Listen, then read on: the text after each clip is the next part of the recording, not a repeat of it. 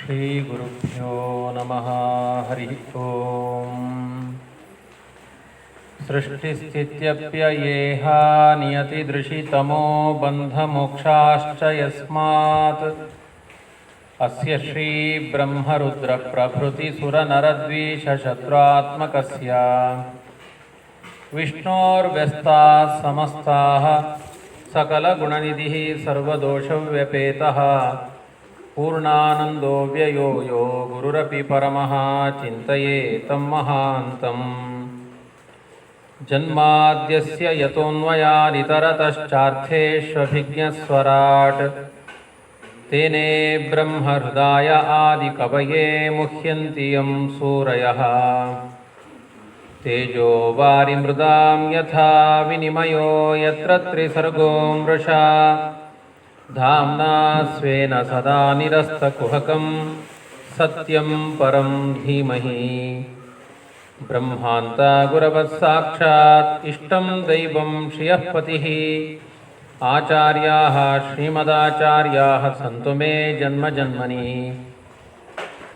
ಶಾರದಾ ಭವವಾರಾಶೇಃ ಪಾರದಾ ವರದಾ ಸತಾಂ. ನೀರದಾ ಬಹರೇರ್ಜ್ಞಾನ ಸಾರದಾ ಪಾತು ಸರ್ವದಾ.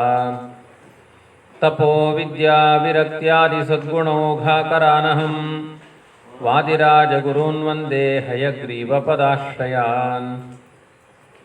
ಭಕ್ತಾನಾಂ ಮಾನಸಾಂ ಭೋಜಭಾನವೇ ಕಾಮಧೇನವೇ ನಮತಾಂ ಕಲ್ಪತರವೇ ಜಯೀಂದ್ರಗುರವೇ ನಮಃ. ದುರ್ವಾದಿಧ್ವಾಂತರವಯೇ ವೈಷ್ಣವೇಂದೀವರೇಂದವೇ ಶ್ರೀರಾಘವೇಂದ್ರಗುರವೇ ನಮೋತ್ಯಂತದಯಾಲವೇ.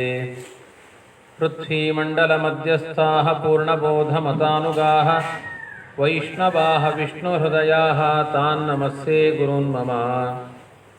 ಅಸ್ಮದ್ಗುರುಸಮಾರಂಭಾಂ ಟೀಕಾಕೃತ್ಪಾದಮಧ್ಯಗಾಂ ಶ್ರೀಮದಾಚಾರ್ಯಪರ್ಯಂತಾಂ ವಂದೇ ಗುರುಪರಂಪರಾಂ. ಅನವದ್ಯಾತ್ಮಚಾರಿತ್ರ್ಯಂ ವಾದಿಖದ್ಯೋತಭಾಸ್ಕರಂ ವಿದ್ಯಾಮಾನ್ಯಗುರುಂ ವಂದೇ ವಿದ್ಯಾವಿದ್ಯೋತಭಾಸ್ವರಂ. ತಪಸ್ವಾಧ್ಯಾಯ ಶುಶ್ರೂಷಾ ಕೃಷ್ಣಪೂಜಾರತಂ ಮುನಿಂ ವಿಶ್ವೇಶಮಿಷ್ಟದಂ ವಂದೇ ಪರಿವ್ರಾಟ್ ಚಕ್ರವರ್ತಿನಂ. ಸ್ವಸ್ತ್ಯಸ್ತು ಸತಾಂ ಅಶೇಷ ಸನ್ಮಂಗಳಾನಿ ಭವಂತು. ಸಮ್ಯಕ್ ಶ್ಲೋಕೈಕಶ್ರವಣಪಠನಮಾತ್ರೇಣ ವಕ್ತುಶ್ಚ ಶ್ರೋತॄಣಾಂ ಕಲಿಕೃತ ನಿಖಿಲ ಕಲ್ಮಷಾಪನೋದನ ಪಟುತರೆ ಶ್ರೀಮದ್ಭಾಗವತೆ ಮಹಾಪುರಾಣೆ ಅದ್ಯ ಕಥಾನುವಾದೆ ಕಿಂಚಿತ್ ಪೂರ್ವಕಥಾನುವಾದಃ. ಹರಿ ಓಂ ಹರಿ ಓಂ ಹರಿ ಓಂ.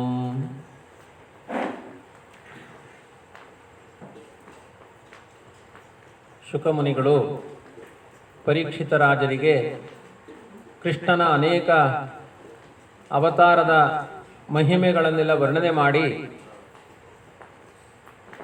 ಒಂದು ಏಕಾದಶ ಸ್ಕಂದ 11ನೆಯ ಸ್ಕಂದದ ಆರಂಭದಲ್ಲಿ ಯದುಕುಲಕ್ಷಯ ಆಗುವ ಒಂದು ದೊಡ್ಡ ಶಾಪವನ್ನು ಯಾದವರೆಲ್ಲ ಬ್ರಾಹ್ಮಣರಿಂದ ಪಡೆದುಕೊಳ್ತಾರೆ. ಭೂಭಾರ ಹರಣ ಆಗಬೇಕು ಅಂತ ಭಗವಂತ ಸಂಕಲ್ಪವನ್ನು ಮಾಡಿದ. ಅಂದರೆ ಭೂಲೋಕದಲ್ಲಿ ಕಲಿಯುಗ ಮುಂದೆ ಆರಂಭ ಆಗಬೇಕು. ಈಗಿರುವ ಯಾದವರ ಕುಲವೆಲ್ಲ ನಾಶ ಆಗಬೇಕು. ಯಾದವರಲ್ಲೆಲ್ಲ ಧರ್ಮ ಭಕ್ತಿ ಶ್ರದ್ಧೆಗಳು ಜಾಸ್ತಿ ಇದೆ. ಅವರು ಕಲಿಯುಗದಲ್ಲಿ ಮುಂದೆ ಬರೆದರೆ ಕಲಿಯುಗ ಮುಂದೆ ಹೋಗೋದಿಲ್ಲ. ಧರ್ಮಾತ್ಮರು ಕಡಿಮೆ ಇರಬೇಕು, ಪಾಪಾತ್ಮರು ಅಧಿಕವಾಗಿರಬೇಕು. ಇದು ಕಲಿಯುಗದ ಧರ್ಮ. ಹಾಗಾಗಿ ತಾನು ಸ್ಥಾಪನೆ ಮಾಡಿದ ಧರ್ಮವನ್ನೆಲ್ಲ ಪರಮಾತ್ಮ ಮುಕ್ತಾಯ ಮಾಡಬೇಕು ಅಂತ ಸಂಕಲ್ಪ ಮಾಡಿ ಒಂದು ಅನೇಕ ಋಷಿಮುನಿಗಳು ಒಂದು ಯಾಗವನ್ನು ಮಾಡ್ತಾ ಇರ್ತಾರೆ. ಆ ಯಾಗಕ್ಕೆ ಜಾಂಬವತಿಗೆ ಒಬ್ಬ ಮಗ ಸಾಂಬ ಅಂತ. ಅವನಿಗನಿಸುತ್ತೆ ಈ ಬ್ರಾಹ್ಮಣರೆಲ್ಲ ಹೊಟ್ಟೆಪಾಡಿಗೆ ಹೋಮ ಮಾಡ್ತಾ ಇದ್ದಾರೋ ಅಥವಾ ಅವರಿಗೆ ಭಗವಂತನ ದರ್ಶನ ಆಗಿದೆಯೋ ಅಂತ ಪರೀಕ್ಷೆ ಮಾಡಬೇಕು ಅನ್ನುವ ಭಾವನೆಯಿಂದ ಒಂದು ಗರ್ಭಿಣಿಯ ವೇಷವನ್ನು ತೊಡೆಸಿ ಸಾಂಬನಿಗೆ ಆ ಯಜ್ಞ ವೇದಿಕೆಯ ಬಳಿ ಕರೆದುಕೊಂಡು ಹೋಗ್ತಾರೆ. ಅಲ್ಲೆಲ್ಲ ಋಷಿಮುನಿಗಳು ಭೃಗು ಮುಂತಾದ ಋಷಿಗಳೆಲ್ಲ ಅಲ್ಲಿ ಇದ್ದಾರೆ. ಅವರ ಬಳಿ ಬೇರೆ ಯಾದವರು ಬಂದು ಕೇಳ್ತಾರೆ, ಇವಳು ಗರ್ಭಿಣಿಯಾಗಿದ್ದಾಳೆ, ಗಂಡು ಹಡಿತಾಳ ಅಥವಾ ಹೆಣ್ಣನ್ನು ಹಡಿತಾಳ ಅಂತ ನೀವೆಲ್ಲ ದೇವರನ್ನ ಹೃದಯದಲ್ಲಿ ನೋಡಿದವರು, ಹೊಟ್ಟೆಯಲ್ಲಿರುವ ಮಗು ಯಾವುದೊಂದು ಸ್ಕ್ಯಾನ್ ಮಾಡ್ಲಿಕ್ಕೆ ಆಗುತ್ತೆ ನಿಮ್ಮಿಂದ? ದೇವರನ್ನೇ ನೋಡಿದವರಿಗೆ ಇದು ದೊಡ್ಡ ಸಂಗತಿ ಅಲ್ಲ. ತಪಸ್ವಿಗಳಾಗಿದ್ದೀರಿ, ಹೇಳಿ ನೋಡೋಣ ಅಂತ ಕೇಳ್ತಾರೆ. ಭೃಗು ಋಷಿಗಳಿಗೆಲ್ಲ ಅರ್ಥ ಆಗುತ್ತೆ, ಇದು ಭಗವಂತನ ಸಂಕಲ್ಪ. ಯಾದವರ ನಾಶಕ್ಕೆ ಬ್ರಾಹ್ಮಣರಿಂದ ಶಾಪ ಕೊಡಿಸಬೇಕು ಅಂತ ದೇವರೇ ಮಾಡಿದ ಸಂಕಲ್ಪ. ಹಾಗಾಗಿ ಎಲ್ಲರೂ ಕೂಡ ಮುಖವನ್ನು ನೋಡಿಕೊಂಡು ಹೇಳ್ತಾರೆ, ಅವನು ಗಂಡಿಗೆ ಹೆಣ್ಣಿನ ವೇಷ ಹಾಕಿ ಬಂದಿದ್ದಾರೆ, ಹೊಟ್ಟೆಯಲ್ಲಿ ಬಟ್ಟೆ ಸುತ್ತಿಕೊಂಡು ಬಂದಿದ್ದಾರೆ. ಋಷಿಗಳು ಹೇಳಿದರು, ಯಾದವ ಕುಲವನ್ನು ನಾಶ ಮಾಡುವ ವನಕೆಯನ್ನು ಹಡಿತಾಳೆ ಅಂತ ಹೇಳಿದರು. ಇದು ಬ್ರಾಹ್ಮಣ ಶಾಪ, ಯಾದವ ಕುಲವೇ ನಾಶವಾಗುತ್ತೆ ಅಂತ ಹೇಳಿದಾಗ ಅವರಿಗೆಲ್ಲ ಭಯ ಆಗಿದೆ. ನಾವು ಮಾಡಿದ 4 ಜನರ ತಪ್ಪಿನಿಂದ ಯಾದವರ ನಾಶವಾಗುವ ಸ್ಥಿತಿ ಬಂತಲ್ಲ ಅಂತ ಕೂಡಲೇ ಮನೆಗೆ ಹೋಗಿ ಬಟ್ಟೆಯೆಲ್ಲ ಬಿಚ್ಚಿದ್ರೆ ಹೊಟ್ಟೆಯಲ್ಲಿ ಬಟ್ಟೆ ಇರಲಿಲ್ಲ, ವನಕೆ ಠಪ್ ಅಂತ ಕೆಳಗೆ ಬೀಳುತ್ತೆ. ಬ್ರಾಹ್ಮಣರ ಮಾತು ಅಷ್ಟು ಅರ್ಥಪೂರ್ಣವಾಗಿದೆ. ತಮಾಷೆ ಮಾಡಲಿಕ್ಕೆ ಹೋಗಿದ್ದಕ್ಕೆ ಒಂದು ದೊಡ್ಡ ವನಕೆಯನ್ನು ಹಡಿಯುವ ಸ್ಥಿತಿ ಬಂತು. ಮತ್ತೆ ಈ ವನಕೆಯಿಂದ ಯಾದವರಲ್ಲಿ ಹೊಡೆದು ಸಾಯ್ತಾರೋ ಅಂತ ಹೆದರಿಕೊಂಡ ಅಪರಾಧ ಮಾಡಿದ ಅವರು ಸಾಣೇಕಲ್ಲಿನಲ್ಲಿ ಯಾವತ್ತು ಗಂಧ ತೆಗೆದು ದೇವರಿಗೆ ಅರ್ಪಣೆ ಮಾಡಿರಲಿಲ್ಲ. ಈಗ ಆ ವನಕೆ ತೆಗೆಯುವ ಕೆಲಸ ಬಂತು. ಕೆಲವೊಮ್ಮೆ ಹಾಗಾಗುತ್ತೆ, ದೇವರ ಮನೆಯಲ್ಲಿ ಸರಿಯಾಗಿ ನಮಸ್ಕಾರ ಮಾಡಲಿಲ್ಲ ಅಂದ್ರೆ ದಾರಿ ಮಧ್ಯದಲ್ಲಿ ದೇವರು ಮಲಗಿಸ್ತಾನೆ. ಆಕ್ಸಿಡೆಂಟ್ ಆದಾಗ ಬೈಕಲ್ಲಿ ಹೀಗೆ ಬಿದ್ದಿರ್ತಾರೆ, 5 ನಿಮಿಷ ಎತ್ತವರು ಇರುವುದಿಲ್ಲ. ಸರಿಯಾಗಿ ದೇವರಿಗೆ ನಮಸ್ಕಾರ ಮಾಡಿ ಹೋದ್ರೆ ಹಾಗೆಲ್ಲ ವಿಕೃತ ಆಸನಗಳಲ್ಲಿ ಮಲಗಿಸುವುದಿಲ್ಲ ದೇವರು. ದೇವರಿಗೆ ನಮಸ್ಕಾರ ಮಾಡದೇ ಇರೋ ಉಪದ್ರವದಿಂದ ಕಂಡಲ್ಲಿ ಜಾರಿ ಬೀಳಬೇಕಾಗುತ್ತೆ. ಕೆಲವೊಮ್ಮೆ ಕೆಲವರು ಬಾತ್ರೂಮಲ್ಲೇ ಬಿದ್ದಿರ್ತಾರೆ, ಎತ್ತೋರು ಜನ ಇರೋದಿಲ್ಲ. ಅದು ಸರಿಯಾಗಿ ದೇವರಿಗೆ ನಮಸ್ಕಾರ ಮಾಡಲಿಲ್ಲ ಅಂದ್ರೆ ದೇವರು ಕೊನೆಗೆ ಕೊಡುವ ಶಿಕ್ಷೆಗಳು ಅದೆಲ್ಲ. ಹೀಗೆಲ್ಲ ದೇವರು ಧರ್ಮಕ್ಕೆ ಅವಹೇಳನ ಮಾಡಬಾರದು. ನಂಬಿಕೆ ಇಲ್ಲ ಅಂದ್ರೆ ದೂರ ಸರಿರಿ, ಅದನ್ನ ಗೇಲಿ ಮಾಡಬಾರದು. ಮೈಸೂರಿನ ಭಗವಾನಿನ ಹಾಗೆ ಮತ್ತೆ ಅಲ್ಲಿಗೆ ಹೋಗಬೇಕಲ್ಲ, ಆ ಥರ ದುಷ್ಟರೇ ಜಾಸ್ತಿ ಈ ಕಲಿಯುಗದಲ್ಲಿ. ಅಂತಹ ತಮಾಷೆಗಳನ್ನು ಮಾಡಿದ ಪರಿಣಾಮ ಯಾದವ ಕುಲ ಕ್ಷಯ. ಒಂದು ಸಾಣೆಕಲ್ಲನ್ನು ತಂದು ಅದರಲ್ಲಿ ತೇಯ್ದು ಎಲ್ಲ ಗಂಧದ ಥರ ಮಾಡಿ ಪುಡಿ ಮಾಡಿ ಸಮುದ್ರದಲ್ಲಿ ಬಿಟ್ಟರಂತೆ. ಬ್ರಹ್ಮಶಾಪ ಹೇಗೆ ತಟ್ಟುತ್ತೆ ನೋಡೋಣ ಅಂತ ಅದರ ಮೇಲೆ ಅವ್ರಿಗೊಂದು ಹಠ. ಕೊನೆಗೊಂದು ಉಳಿದ ತುಂಡನ್ನ, ಕಬ್ಬಿಣದ ತುಂಡನ್ನ ಸಮುದ್ರಕ್ಕೆ ಬಿಸಾಡಿದ್ರಂತೆ. ಒಂದೇ ಒಂದು ಕಣ ವ್ಯತ್ಯಾಸ ಆಗಲಿಲ್ಲ ಅಂತ ಹೇಳ್ತಾರೆ. ಮಾಡಿದ್ದೆಲ್ಲ ಅದು ನೋಡಿ, ಕೆಲವೊಮ್ಮೆ ಶಾಪ ಬಂದ ಮೇಲೆ ನಾವೇನು ಉಪಾಯ ಮಾಡ್ತೇವೆ ಅದು ಶಾಪಕ್ಕೆ ಅನುಕೂಲ ಆಗುತ್ತೆ. ರಾಜಸೂಯ ಯಾಗ ಮಾಡಬೇಕಾದ್ರೆ ಶಿಶುಪಾಲನ ವಧೆ ಆಯ್ತಂತೆ. ವೇದವ್ಯಾಸರ ಹತ್ರ ಧರ್ಮರಾಜ ಕೇಳ್ತಾನೆ, ಯಾಗದ ನಡುವೆ ರಕ್ತಪಾತ ಆಗಿದೆ, ಏನು ಶಕುನ ಅಂತ. ನಿನ್ನಿಂದ ರಕ್ತಪಾತ ಆಗುತ್ತೆ ಅನ್ನೋದು ಶಕುನ ಅಂದ್ರು ಅವರು. ಧರ್ಮರಾಜ, ನೀನು ಕೊಲೆ ಮಾಡ್ತೀನಿ, ತುಂಬಾ ಹೊಡಿಬೇಕಾಗುತ್ತೆ ನೀನು. ಹೆದರಿದ ಧರ್ಮರಾಜ ಅದಕ್ಕೇನು ಉಪಾಯ ಮಾಡಿದ, ನಾನಿನ್ನ ಮುಂದೆ ನನ್ನ ಅಣ್ಣ ತಮ್ಮಂದಿರ ಜೊತೆಗೆ ಗಲಾಟೆಯೇ ಮಾಡಲ್ಲ, ಅವ್ರು ಏನು ಹೇಳಿದ್ರು ಒಪ್ಪಿಕೊಳ್ತೇನೆ ಎಂದ. ಅದರ ಪರಿಣಾಮ ಏನಾಯ್ತು, ಅವನು ಗಲಾಟೆ ಮಾಡಿದ್ರೆ ಸರಿ ಆಗ್ತಿತ್ತು. ಹೆಂಡತಿಯನ್ನ ದ್ಯೂತದಲ್ಲಿ ಪಣವಾಗಿಡು ಇಟ್ಟ, ದ್ರೌಪದಿಯನ್ನು ಪಣವಾಗಿಟ್ಟ, ಪಾಂಡವರನ್ನ ಪಣವಾಗಿಟ್ಟ. ಇದರ ಪರಿಣಾಮ ಏನಾಯ್ತು, ಎಲ್ಲರಿಗೂ ದ್ವೇಷ ಹುಟ್ಟಿತು. 18 ದಿನಗಳ ಬರ್ಬರ ಯುದ್ಧ ಧರ್ಮರಾಜನ ಮೂಲಕ ನಡೀತು. ಅಂದ್ರೆ ಅವನು ಎಲ್ಲಿ ಪರಿಹಾರವನ್ನು ಕಂಡುಹಿಡಲಿಕ್ಕೆ ಹೋದ ಅದೇ ರೋಗ ಆಯ್ತು. ಹಾಗೆ ಯಾದವರು ವನಕೆಯನ್ನು ಸುಮ್ಮನೆ ಇಟ್ಟಿದ್ರೆ ಒಂದು ಮೂಲೆಯಲ್ಲಿ ಏನೋ ಹಾಕ್ತಿರ್ಲಿಲ್ಲ, ಅದನ್ನೆಲ್ಲ ತೇಯ್ದು ಸಮುದ್ರದಲ್ಲಿ ಬಿಸಾಡಿದ್ರು. ಅದು ಒಂದೊಂದು ಕಣಗಳು ಕೂಡ ಅದು ಏರಕ ಅಂತ ದೊಡ್ಡ ದೊಡ್ಡ ಒಂದು ವನಕೆಯ ಹಾಗೆ ಸಮುದ್ರದ ತೀರದಲ್ಲಿ ಬೆಳೀತಂತೆ. ಅದು ಆ ಒಂದು ಕಬ್ಬಿಣದ ತುಂಡು ಕೊನೆಗೆ ತೇಲಿಕ್ಕಾಗಲ್ಲ ಅಂತ, ಪೂರ್ತಿ ಗಂಧದ ಕೊರಡದ ತೇಲಿಕ್ಕಾಗಲ್ಲ, ಸ್ವಲ್ಪ ಉಳಿಯುತ್ತೆ ಆ ಪೀಸ್. ಅದನ್ನು ತೆಗೆದು ಸಮುದ್ರದಲ್ಲಿ ಬಿಸಾಡಿದ್ರು. ಅದು ಒಂದು ಮೀನು ನುಂಗಿತ್ತು, ಅದನ್ನು ಒಬ್ಬ ಬೆಸ್ತ ಹಿಡಿದ, ಅದನ್ನು ಅವನೊಂದು ಬಾಣ ಮಾಡಿಕೊಂಡ, ಅದನ್ನು ಕೃಷ್ಣನ ಕಾಲಿಗೆ ಹೊಡೆದ. ಯಾದವರಲ್ಲಿ ಕೃಷ್ಣನೂ ಸೇರಿಕೊಂಡಿದ್ದಾನೆ. ಒಂದು ಕಣ ವ್ಯರ್ಥ ಆಗಲಿಲ್ಲ. ಬ್ರಾಹ್ಮಣರ ಶಾಪ ಪೂರ್ಣ ತಟ್ಟಿತ್ತು. ಒಂದು ದಿನ ಸಾಯಂಕಾಲ ಯಾದವರೆಲ್ಲ ಸಮುದ್ರದ ತೀರದಲ್ಲಿ ಪಾನಮತ್ತರಾಗಿದ್ದಾರೆ, ಕುಡಿಯುವಷ್ಟು ಹಾಳಾಗಿದ್ದಾರೆ ಯಾದವರು. ಅಂದ್ರೆ ಇಷ್ಟೆಲ್ಲ ಮದ್ಯಪಾನದಲ್ಲಿ ಆಸಕ್ತರಾಗಿದ್ದಾರೆ. ಇವತ್ತೆಲ್ಲ ಹಾಗೆ ಬ್ರಾಹ್ಮಣರು ಎಲ್ಲಿರ್ತಾರೆ ಅಂದ್ರೆ ರೇಸ್ ಕೋರ್ಸ್ ಅಲ್ಲಿ ಇರ್ತಾರೆ. ಮೈಸೂರಿಗೆ ಬನ್ನಿ ತೋರಿಸ್ತೇನೆ. ಎಲ್ಲ ಅಲ್ಲಿ ಜೂಜಾಟದ ಅಡ್ಡೆಗಳಲ್ಲಿ ಕೂತಿರ್ತಾರೆ. ಇದೆಲ್ಲ ಕಲಿಯುಗದ ಧರ್ಮ. ಯಾರು ಧರ್ಮವನ್ನ ಬೋಧನೆ ಮಾಡಬೇಕೋ ಅವರು ಮೊದಲು ಅನ್ಯಾಯ ಮಾಡ್ತಾರೆ. ಜೀವನದಿಗಳು ಮೊದಲು ಹಾಳಾಗುತ್ತೆ, ಮನೆ ಬಾವಿಗಳು ಮೊದಲು ಹಾಳಾಗೋದಲ್ಲ, ನದಿಗಳು ಮೊದಲು ಹಾಳಾಗುತ್ತೆ. ಒಳ್ಳೆಯ ಧರ್ಮ ಪರಂಪರೆ ಮೊದಲು ಹಾಳಾಗುತ್ತೆ. ಇದು ಕಲಿಯುಗದ ಧರ್ಮ ಆಗಿದೆ. ಆ ರೀತಿಯಾಗಿ ಆ ಪಾನಮತ್ತರಾಗಿ ಸಾಯಂಕಾಲ ಸಣ್ಣ ಕಲಹ ಹುಟ್ಟಿತು.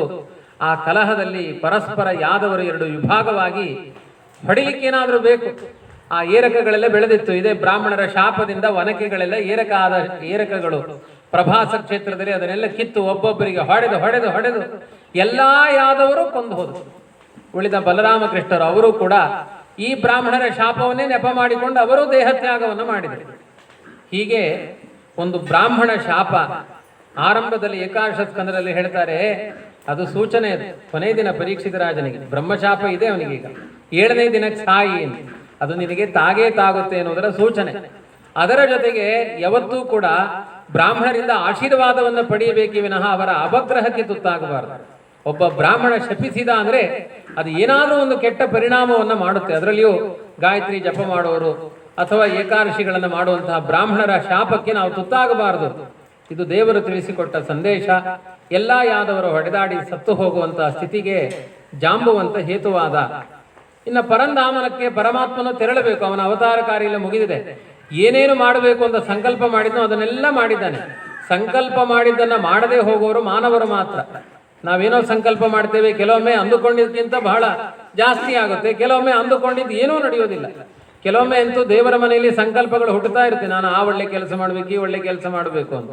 ದೇವರ ಮನೆಯಿಂದ ಹೊರಗೆ ಹೋದಾಗ ಅದು ದೇವರ ಹತ್ರನೇ ಉಳಿಯುತ್ತೆ, ಅದು ಮುಂದೆ ಹೋಗೋದೇ ಇಲ್ಲ ಅದು ಆ ಸಂಕಲ್ಪಗಳು. ಆದ್ರಿಂದ ಮಧ್ವಾಚಾರ್ಯ ಹೇಳ್ತಾರೆ, ಹೋಗ್ಲಿ ಕೊನೆಗೆ ಅಷ್ಟಾದ್ರೂ ಮಾಡಿ ಅಂತ ಹೇಳಿದ್ದಾರೆ. ದೇವರ ಮುಂದೆ ಕೂತು ಒಳ್ಳೆ ಸಂಕಲ್ಪ ಮಾಡಿ, ಅದಕ್ಕೂ ಪುಣ್ಯ ಉಂಟು. ಬ್ಯಾಂಕಿನಲ್ಲಿ ದುಡ್ಡು ಹಾಕ್ತೇವೆ ಅಂತ ಸಂಕಲ್ಪ ಮಾಡಿದ್ರೆ ಬಡ್ಡಿ ಬರಲ್ಲ. ನಮ್ಮ ಧರ್ಮ ಆಗಲ್ಲ. ನಾನು ಒಳ್ಳೆ ಕೆಲಸ ಮಾಡ್ತೇನೆ, ಇವತ್ತು ದೇವರಿಗೆ ಒಂದು 10 ನಮಸ್ಕಾರ ಹಾಕ್ತೇನೆ ಅಂತೇಳಿ 3 ನಮಸ್ಕಾರ ಹಾಕಿ 10 ನಮಸ್ಕಾರ ಹಾಕಿದ ಪುಣ್ಯವನ್ನು ದೇವರು ಕೊಡ್ತಾರೆ. ಸಂಕಲ್ಪದಿಂದಲೂ ಕೂಡ ಫಲ ಬರುವ ವ್ಯವಸ್ಥೆ ಇರುವುದು ಧರ್ಮದಲ್ಲಿ ಮಾತ್ರ.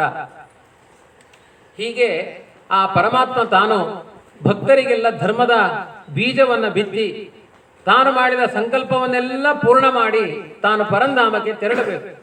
ಆ ಸಂದರ್ಭದಲ್ಲಿ ಒಬ್ಬ ಉದ್ಧವ ಅಂತ ಕೃಷ್ಣನ ಏಕಾಂತ ಭಕ್ತ, ತ್ವಯೋಪಭುಕ್ತ ಸ್ರಗ್ಗಂಧ ವಾಸೋಲಂಕಾರ ಚರ್ಚಿತಾ ಉಚ್ಚಿಷ್ಟ ಭೋಜಿನೋ ದಾಸ ತವ ಮಾಯಾಂ ಜಯೇಮಹಿ. ತುಂಬಾ ಅಜ್ಞಾನ ಇದೆ ನಮಗೆ.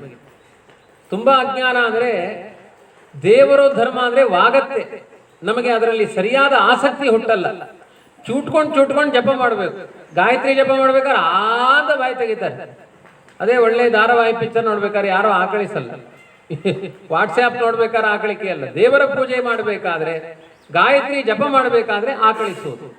ಧರ್ಮದಲ್ಲಿ ಅನಾಸಕ್ತಿ ಹುಟ್ಟುತ್ತೆ. ಘೋರವಾದ ಕಲಿಯುಗ. ಅದರ ಪರಿಹಾರಕ್ಕೆ ಉಪಾಯ ಏನು ಅಂದರೆ ದೇವರ ಉಚ್ಚಿಷ್ಟ ತಿನ್ನಬೇಕಂತ. ಕಂಡ ಬೀದಿಗಳಲ್ಲೆಲ್ಲ ತಿನ್ನಬಾರದು. ದೇವರಿಗೆ ಸಮರ್ಪಣೆ ಮಾಡಿದ ಅನ್ನವನ್ನು ತಿನ್ನಬೇಕಂತೆ. ಆವಾಗ ನಮ್ಮ ಉದರ ಶುದ್ಧಿಯಾಗಿ ಬುದ್ಧಿ ಸರಿಯಾಗಿ ಕೆಲಸ ಮಾಡುತ್ತೆ. ಕಲಬೆರಕೆ ಪೆಟ್ರೋಲ್ ಹಾಕಿದ್ರೆ ಗಾಡಿ ಬರ್ ಆಫ್ ಆಗುತ್ತೆ. ಹಾಗೆ ನಮ್ಮ ದೇಹ.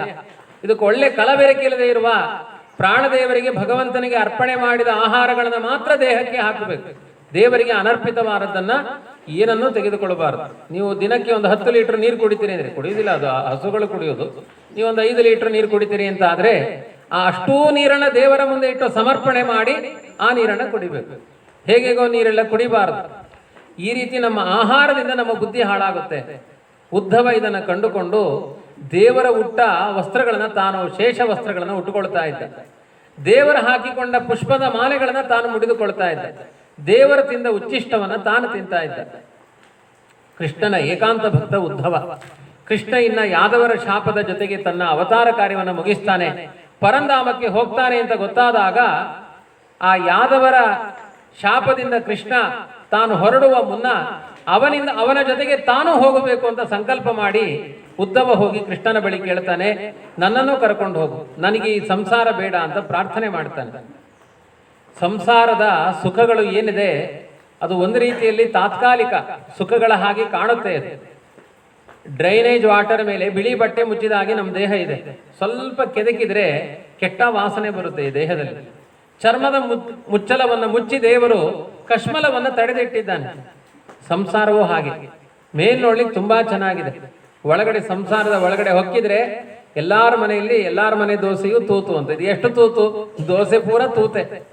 ಹಾಗೆ ಎಲ್ಲಾರ ಮನೆಯಲ್ಲೂ ನೂರಾರು ದೋಷಗಳು. ಎಲ್ಲಿಯೂ ಅಷ್ಟು ಪ್ರಾಮಾಣಿಕವಾದ ವ್ಯವಸ್ಥೆಗಳಿಲ್ಲ. ಒಂದಷ್ಟು ಅಂತರ್ಜಾತಿ ವಿವಾಹಗಳು, ಒಂದಷ್ಟು ಗಾಯತ್ರಿ ತ್ಯಾಗ, ಬ್ರಾಹ್ಮಣ್ಯಕ್ಕೆ ಅಪಚಾರಗಳು, ಕುಲೀನವಾದ ಧರ್ಮಗಳನ್ನು ತ್ಯಾಗ ಮಾಡೋದು, ಏಕಾದಶಿ 3 ಹೊತ್ತು ಅನ್ನ ತಿನ್ನೋದು, ಇಂತಹ ಅಧರ್ಮಗಳಿಂದ ನಮ್ಮ ಬದುಕು ಸಾಗುತ್ತಾ ಇದೆ. ನೂರಾರು ದೋಷಗಳು. ಅದರಿಂದ ಮನೆ ಮಕ್ಕಳಲ್ಲಿ ಸರಿಯಾಗಿ ಹೊಂದಾಣಿಕೆ ಇರೋದಿಲ್ಲ. ಆಸ್ತಿ ವಿಭಾಗದ ಗಲಾಟೆ, ಹೆಣ್ಣಿನ ಗಲಾಟೆ, ಹೊನ್ನಿನ ಗಲಾಟೆ, ಮಣ್ಣಿನ ಗಲಾಟೆ. ಅಲ್ಲಿಗೆ ಜೀವನದಲ್ಲಿ 80 ವರ್ಷ ಆಯ್ತು.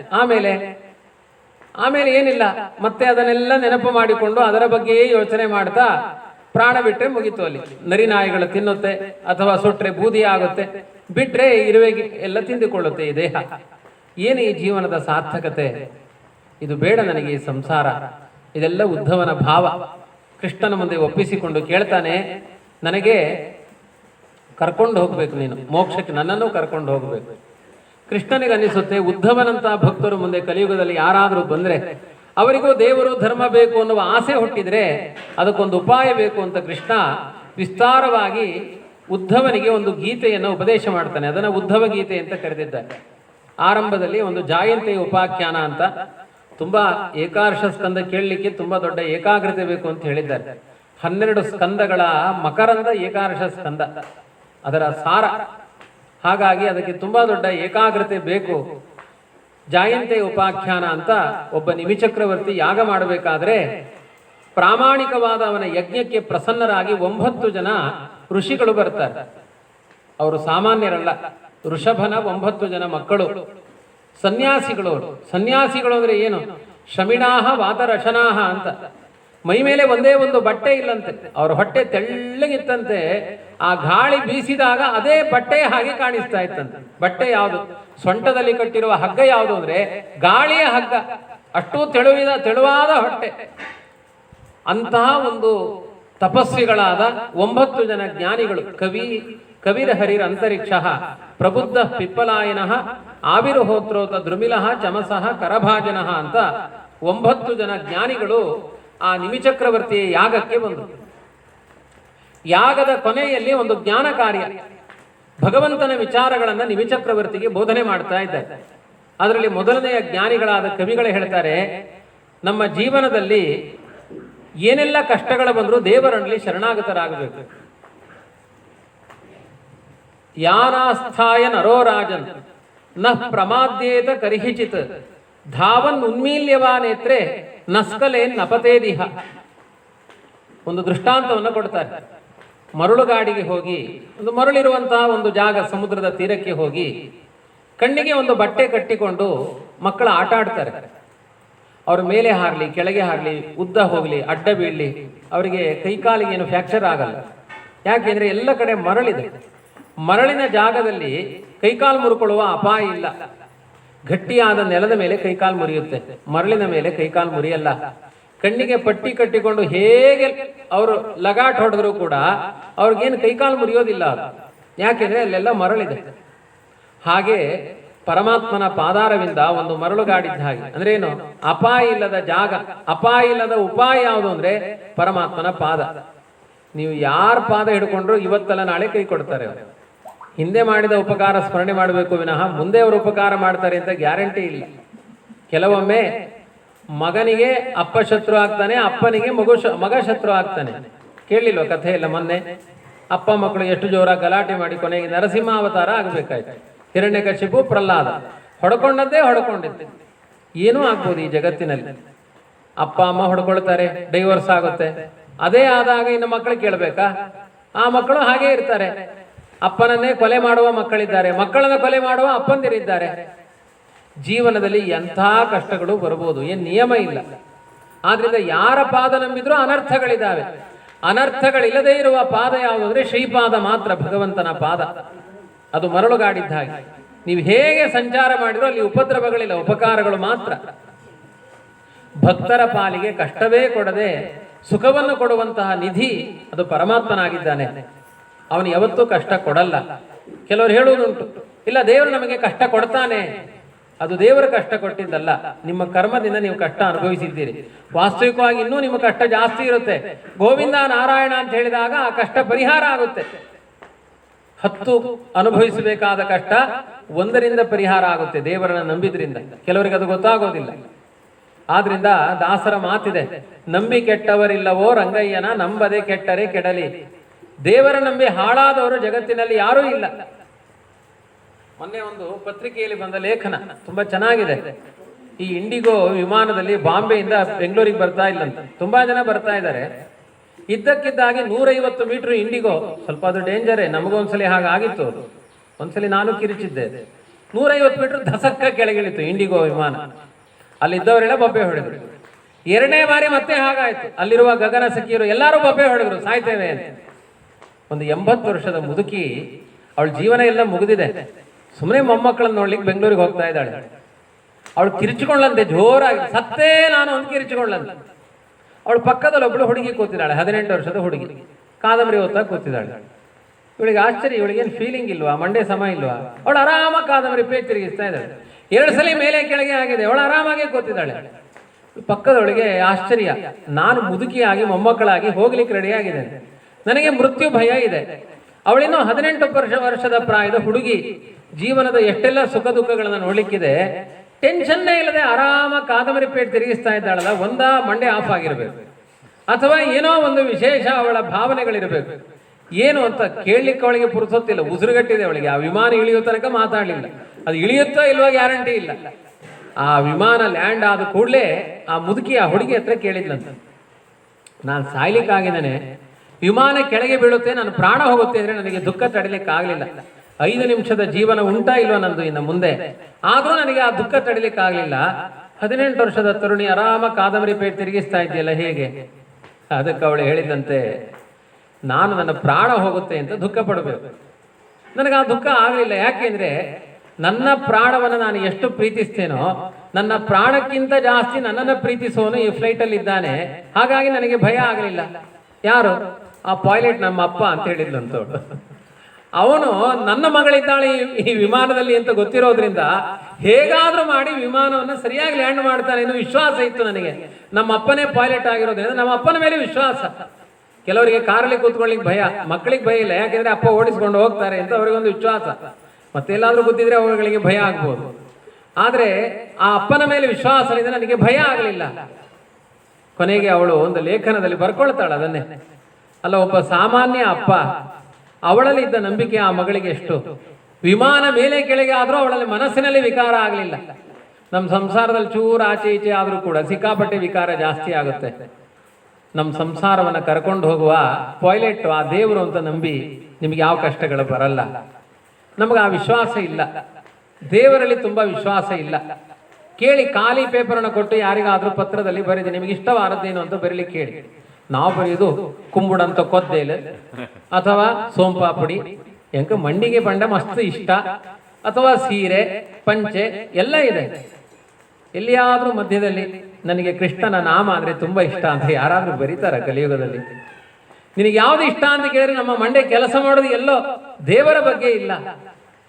ಆದರೆ ಕವಿ ಎನ್ನುವ ಜ್ಞಾನಿಗಳು ಹೇಳ್ತಾರೆ, ಜೀವನದಲ್ಲಿ ಎಲ್ಲದಕ್ಕಿಂತ ಇಷ್ಟವಾದ ಪದಾರ್ಥ ದೇವರಾಗಬೇಕು. ಕಾಯೇನ ವಾಚ ಮನಸೇಂದ್ರಿಯೈರ್ವ ಬುದ್ಧ್ಯಾತ್ಮನಾವಾನುಸೃತ ಸ್ವಭಾವ ಕರೋತಿ ಯದ್ಯತ್ ಸಕಲಂ ಪರಸ್ಮೈ ನಾರಾಯಣಾಯೇತಿ ಸಮರ್ಪಯೇತ್ತತ್. ನಿಮ್ಮ ಮನಸ್ಸಿನಿಂದ, ದೇಹದಿಂದ, ಮಾತಿನಿಂದ ಏನೆಲ್ಲ ಚೇಷ್ಟೆಗಳಿದೆಯೋ ಅದನ್ನು ದೇವರ ಪೂಜೆ, ಬೆಳಿಗ್ಗೆಯಿಂದ ರಾತ್ರಿ ತನಕ ನಡೆಯುವ ಚೇಷ್ಟೆಗಳೆಲ್ಲ ದೇವರ ಪೂಜೆ ಅಂತ ದೇವರಿಗೆ ಅರ್ಪಣೆ ಮಾಡ್ತಾ ಹೋಗಿ. ಏನೋ ಒಂದು ಕೆಲಸ ಆಯ್ತು ನಿಮ್ಮಿಂದ, ದೇವರೇ, ಮಲಗಿ ಎದ್ರ ಅದು ಒಂದು ಪ್ರದಕ್ಷಿಣೆಯನ್ನೇ, ಮಲಗಿ ನಿದ್ದೆ ಮಾಡೋದು ಒಂದು ಪ್ರದಕ್ಷಿಣೆ ನಮಸ್ಕಾರ. ಈಗ ಯಾರು ಮಾಡಬೇಡಿ, ಮಲಗುವುದು ಒಂದು ದೇವರಿಗೆ ನಮಸ್ಕಾರ.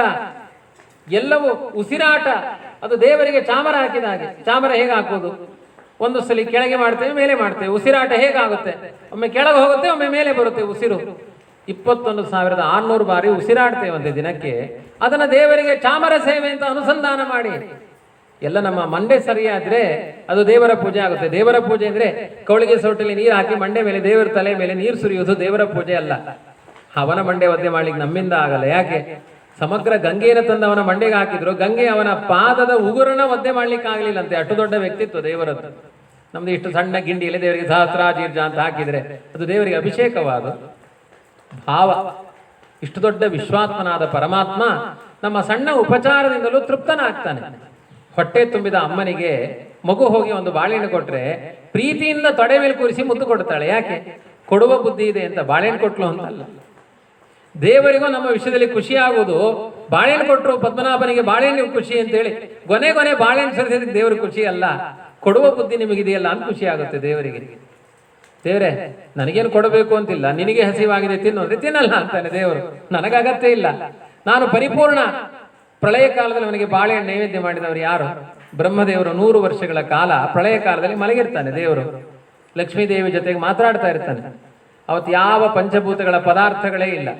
ಅವತ್ಯಾರು ಬೆಲ್ಲ ನೀರು ಇಟ್ಟವರು? ಯಾವುದು ಬೇಕಾಗಿಲ್ಲ ದೇವರಿಗೆ. ನಮ್ಮ ಭಾವನೆಗಳನ್ನು ಸ್ವೀಕಾರ ಮಾಡಲಿಕ್ಕೆ ಇದೆಲ್ಲ ಪ್ರತೀಕ ಆಗಿದೆ. ಹಾಗಾಗಿ ದೇವರ ಪೂಜೆ ಅಂದ್ರೆ ದೇವರ ಕೋಣೆಯಲ್ಲಿ ಗಂಟೆ ಬಾರಿಸುವುದೇ ದೇವರ ಪೂಜೆ ಅಲ್ಲ. ನಮ್ಮ ಬದುಕಿನ ಪ್ರತಿಕ್ಷಣವೂ ದೇವರ ಪೂಜೆ ಆಗಬೇಕು. ಆ ಥರ ನಡೆದುಕೊಳ್ಳಿ. ನಮ್ಮ ಮನಸ್ಸು ಮಾತು ಎಲ್ಲ ಒಳ್ಳೆಯ ವಿಚಾರಗಳಲ್ಲೇ ಸಾಕ್ತಾ ಇದ್ರೆ ಅದೇ ದೇವರ ಪೂಜೆ. ನಮ್ಮ ಮನಸ್ಸು ಒಳ್ಳೆಯ ಭಾವನೆಯನ್ನು ತಾಳ್ತಾ ಇದ್ರೆ ಜಗತ್ತಿಗೆ ಕ್ಷೇಮವಾಗುತ್ತಂತ. ಇದು ಪಿತೃಪಕ್ಷ. ಒಂದು ಶ್ರಾದ್ದಕಲ್ಪ ಅಂತ ಇದೆ, ಪಿತೃಕಲ್ಪ ಅಂತ ಹರಿವಂಶದಲ್ಲಿ. ಅಲ್ಲಿ ಪ್ರಶ್ನೆ ಕೇಳ್ತಾನೆ, ಅಲ್ಲಿ ಜನಮೇಜಯ ರಾಜ ವೈಶಂಪಾಯನರ ಹತ್ರ ಪ್ರಶ್ನೆ ಕೇಳ್ತಾನೆ, ಅಪ್ಪಯ್ಯ ಸತ್ಯ ಎಷ್ಟೋ ವರ್ಷ ಆಗಿದೆ, ಮನೆಯಲ್ಲಿ ಪಿಂಡ ಹಾಕಿದ್ರೆ ಯಾರ್ಯಾರಿಗೋ ಮನೆ ತುಂಬ ಪಿಂಡ ಹಾಕಿದ್ದೇವೆ, ಅದೆಲ್ಲ ಅವರಿಗೆ ತಲುಪುತ್ತಾ? ಅವ್ರು ಎಲ್ಲೋ ಇದ್ದಾರೆ, ಅವ್ರ ನಾಯಿ ಆಗಿದಾರ, ಕತ್ತೆ ಆಗಿದಾರ, ಮನುಷ್ಯ ಆಗಿದಾರ, ಆಸ್ಟ್ರೇಲಿಯಾದಲ್ಲಿ ಹುಟ್ಟಿದಾರ, ಹಿಂದೂಗಳಾಗಿ ಹುಟ್ಟಿದ್ದಾರಾ, ಮುಸ್ಲಿಮರಾಗಿ ಹುಟ್ಟಿದ್ದಾರೆ, ಯಾರಿಗೆ ಗೊತ್ತು? ನಾವಿಲ್ಲಿ ಪಿಂಡ ಹಾಕಿದ್ರೆ. ಇನ್ನು ಕೆಲವರು ಹೇಳುದು, ನಮ್ಮ ಅಪ್ಪಯ್ಯ ಪರ್ಪೆ ಇಲ್ಲ, ಈಗ ಪಿಂಡ ಪಾಡುರಿ ಏನು, ಅವ್ರು ಏನೇ ಆಗಿರ್ಬೋದು, ನಿನ್ನ ಕರ್ತವ್ಯ ಅದು ನೀನು ಮಾಡಲೇಬೇಕು. ಮರಣಾಂತಾನೆ ವೈರಾಣಿ, ಅದಕ್ಕೂ ನಿಮಗೆ ಪಿಂಡ ಕ್ರಿಯೆಗೂ ಸಂಬಂಧ ಇಲ್ಲ. ಅಪ್ಪ ಹೇಗೆ ಬೇಕಾದ್ರೆ ಇರಲಿ. ಅದಕ್ಕೆ ಪುರಾಣದಲ್ಲಿ ಉತ್ತರ ಕೊಡ್ತಾರೆ. ಈ ಸಮುದ್ರದಲ್ಲಿ ಆಮೆಗಳು ಟಾಟಾಯ್ಸ್ ಮೊಟ್ಟೆ ಇಟ್ಟು ತುಂಬ ದೂರ ಹೋಗುತ್ತಂತೆ. ಅದು 500 ಕಿಲೋಮೀಟರ್ ದೂರ ಹೋಗುತ್ತಂತೆ. ಅದು ಮೊಟ್ಟೆ ಒಡೆಯೋ ದಿನ ಅದು 500 ಕಿಲೋಮೀಟರ್ ದೂರದಲ್ಲಿ ಇರುತ್ತಂತೆ. ಅದು ಆಹಾರಕ್ಕೋಸ್ಕರ ದೂರ ಹೋಗಿರುತ್ತೆ. ಅದು ಒಡೆಯೋ ದಿನ ಗೊತ್ತಾಗುತ್ತಂತೆ ಆ ಕುರುಮಕ್ಕೆ, ಇವತ್ತು ನನ್ನ ಮಗು ಮೊಟ್ಟೆಯಿಂದ ಒಡ್ಕೊಂಡು ಬರುತ್ತೆ, ಅದಕ್ಕೆ ಕೈಕಾಲು ಗಟ್ಟಿ ಆಗಲಿ, ನಾನು ಇಷ್ಟು ದೂರ ಹೋಗ್ಲಿಕ್ಕೆ ಆಗಲ್ಲ, 500 ಕಿಲೋಮೀಟರ್ ಪ್ರಯಾಣ ಮಾಡ್ಲಿಕ್ಕೆ ಆಗಲ್ಲ, ಅದಕ್ಕೆ ಆಹಾರ ಸಿಗಲಿ ಅಂತ ಸಮುದ್ರದಲ್ಲಿ ನಿಂತ ಜಾಗದಲ್ಲೇ ಜಪ ಮಾಡುತ್ತಂತ. ಅದು ಜಪ ಮಾಡಿದ ಕೂಡಲೇ ಅದಕ್ಕೆ ಮೊಟ್ಟೆ ಒಡೆಯುವ ಶಕ್ತಿ ಬರುತ್ತೆ, ಕೈಕಾಲು ಆಡಿಸುವ ಶಕ್ತಿ ಬರುತ್ತೆ. ಯಾಕೆ? ಅಮ್ಮನ ಭಾವನೆಗಳು ಈ ಮಗುವಿಗೆ ಬಲ ತುಂಬುತ್ತಂತ. ಯಾವುದೋ ಒಂದು ಸಾಮಾನ್ಯವಾದ ಟಾಟಾಯ್ಸ್ ಕೂರ್ಮ, ಅದಕ್ಕೆ ಅದರ ಭಾವನೆಯಿಂದ ಇಷ್ಟು ಬಲ ಇದೆ ಅಂದ್ರೆ ಮನುಷ್ಯರ ಭಾವನೆಗಳಿಗೆ ಎಷ್ಟು ಬಲ ಇದೆ. ನಿಮ್ಮ ಮನಸ್ಸಿನ ಒಳ್ಳೆಯ ಆಲೋಚನೆಗಳೇ ಜಗತ್ತಿಗೆ ಕ್ಷೇಮವನ್ನು ಮಾಡುತ್ತೆ. ಹಾಗೆ ತುಂಬಾ ದೃಷ್ಟಾಂತಗಳನ್ನು ಕೊಟ್ಟಿದ್ದಾರೆ. ಅವರವರಿಗೆ ತಲುಪುತ್ತೆ ಇದು ಭಾವನೆಗಳ ಮೂಲಕ. ಅವರು ಪಶುಗಳಾಗಿದ್ರೆ ಹುಲ್ಲಾಗಿ ಸಿಗುತ್ತೆ, ದೇವತೆಗಳಾಗಿದ್ರೆ ಆಜ್ಯವಾಗಿ ಸಿಗುತ್ತೆ. ಹೀಗೆ ಒಬ್ಬೊಬ್ಬರಿಗೆ ಒಂದೊಂದು ವಿಧವಾದ ಆಹಾರಗಳ ಲಾಭ ಆಗುತ್ತೆ. ಎಲ್ಲರನ್ನೂ ರಕ್ಷಣೆ ಮಾಡುವನು ಪರಮಾತ್ಮ. ನಿಮ್ಮ ಬದುಕನ್ನು ದೇವರ ಪೂಜೆ ಮಾಡಿಕೊಂಡು ದೇವರಿಗೆ ಸಮರ್ಪಣೆ ಮಾಡಿ, ಇದು ನಿಮ್ಮ ಬದುಕಾಗಲಿ. ಹೀಗೆ ಮೌಲಿಕವಾದ ಉಪದೇಶಗಳು, ಮನುಷ್ಯ ಜೀವನ ಹೇಗಿರಬೇಕು. ಒಂದು 24 ಗುರುಗಳ ಕಥೆ ಇದೆ ಭಾಗವತದಲ್ಲಿ. ಪೃಥಿವಿ, ಜಲ, ಆಕಾಶ, ಆಪಃ, ಅಗ್ನಿ, ಚಂದ್ರಮ, ರವಿ, ಕಪೋತಃ, ಅಜಗರಃ, ಸಿಂಧು, ಮಧುಕೃತ್, ಮೀನಃ, ಹರಿಣೋ, ಮತ್ಸ್ಯ. ಎಷ್ಟು ವಿಧವಾದ 24 ಗುರುಗಳು. ಸಂತಿಮೇ ಗುರವೋ ರಾಜನ್, 24 ಗುರುಗಳಿದ್ದಾರೆ ನಮಗೆ. ಒಂದೊಂದರಿಂದ ಒಂದೊಂದು ಪಾಠಗಳಿಂದ ಕಲಿತೆ.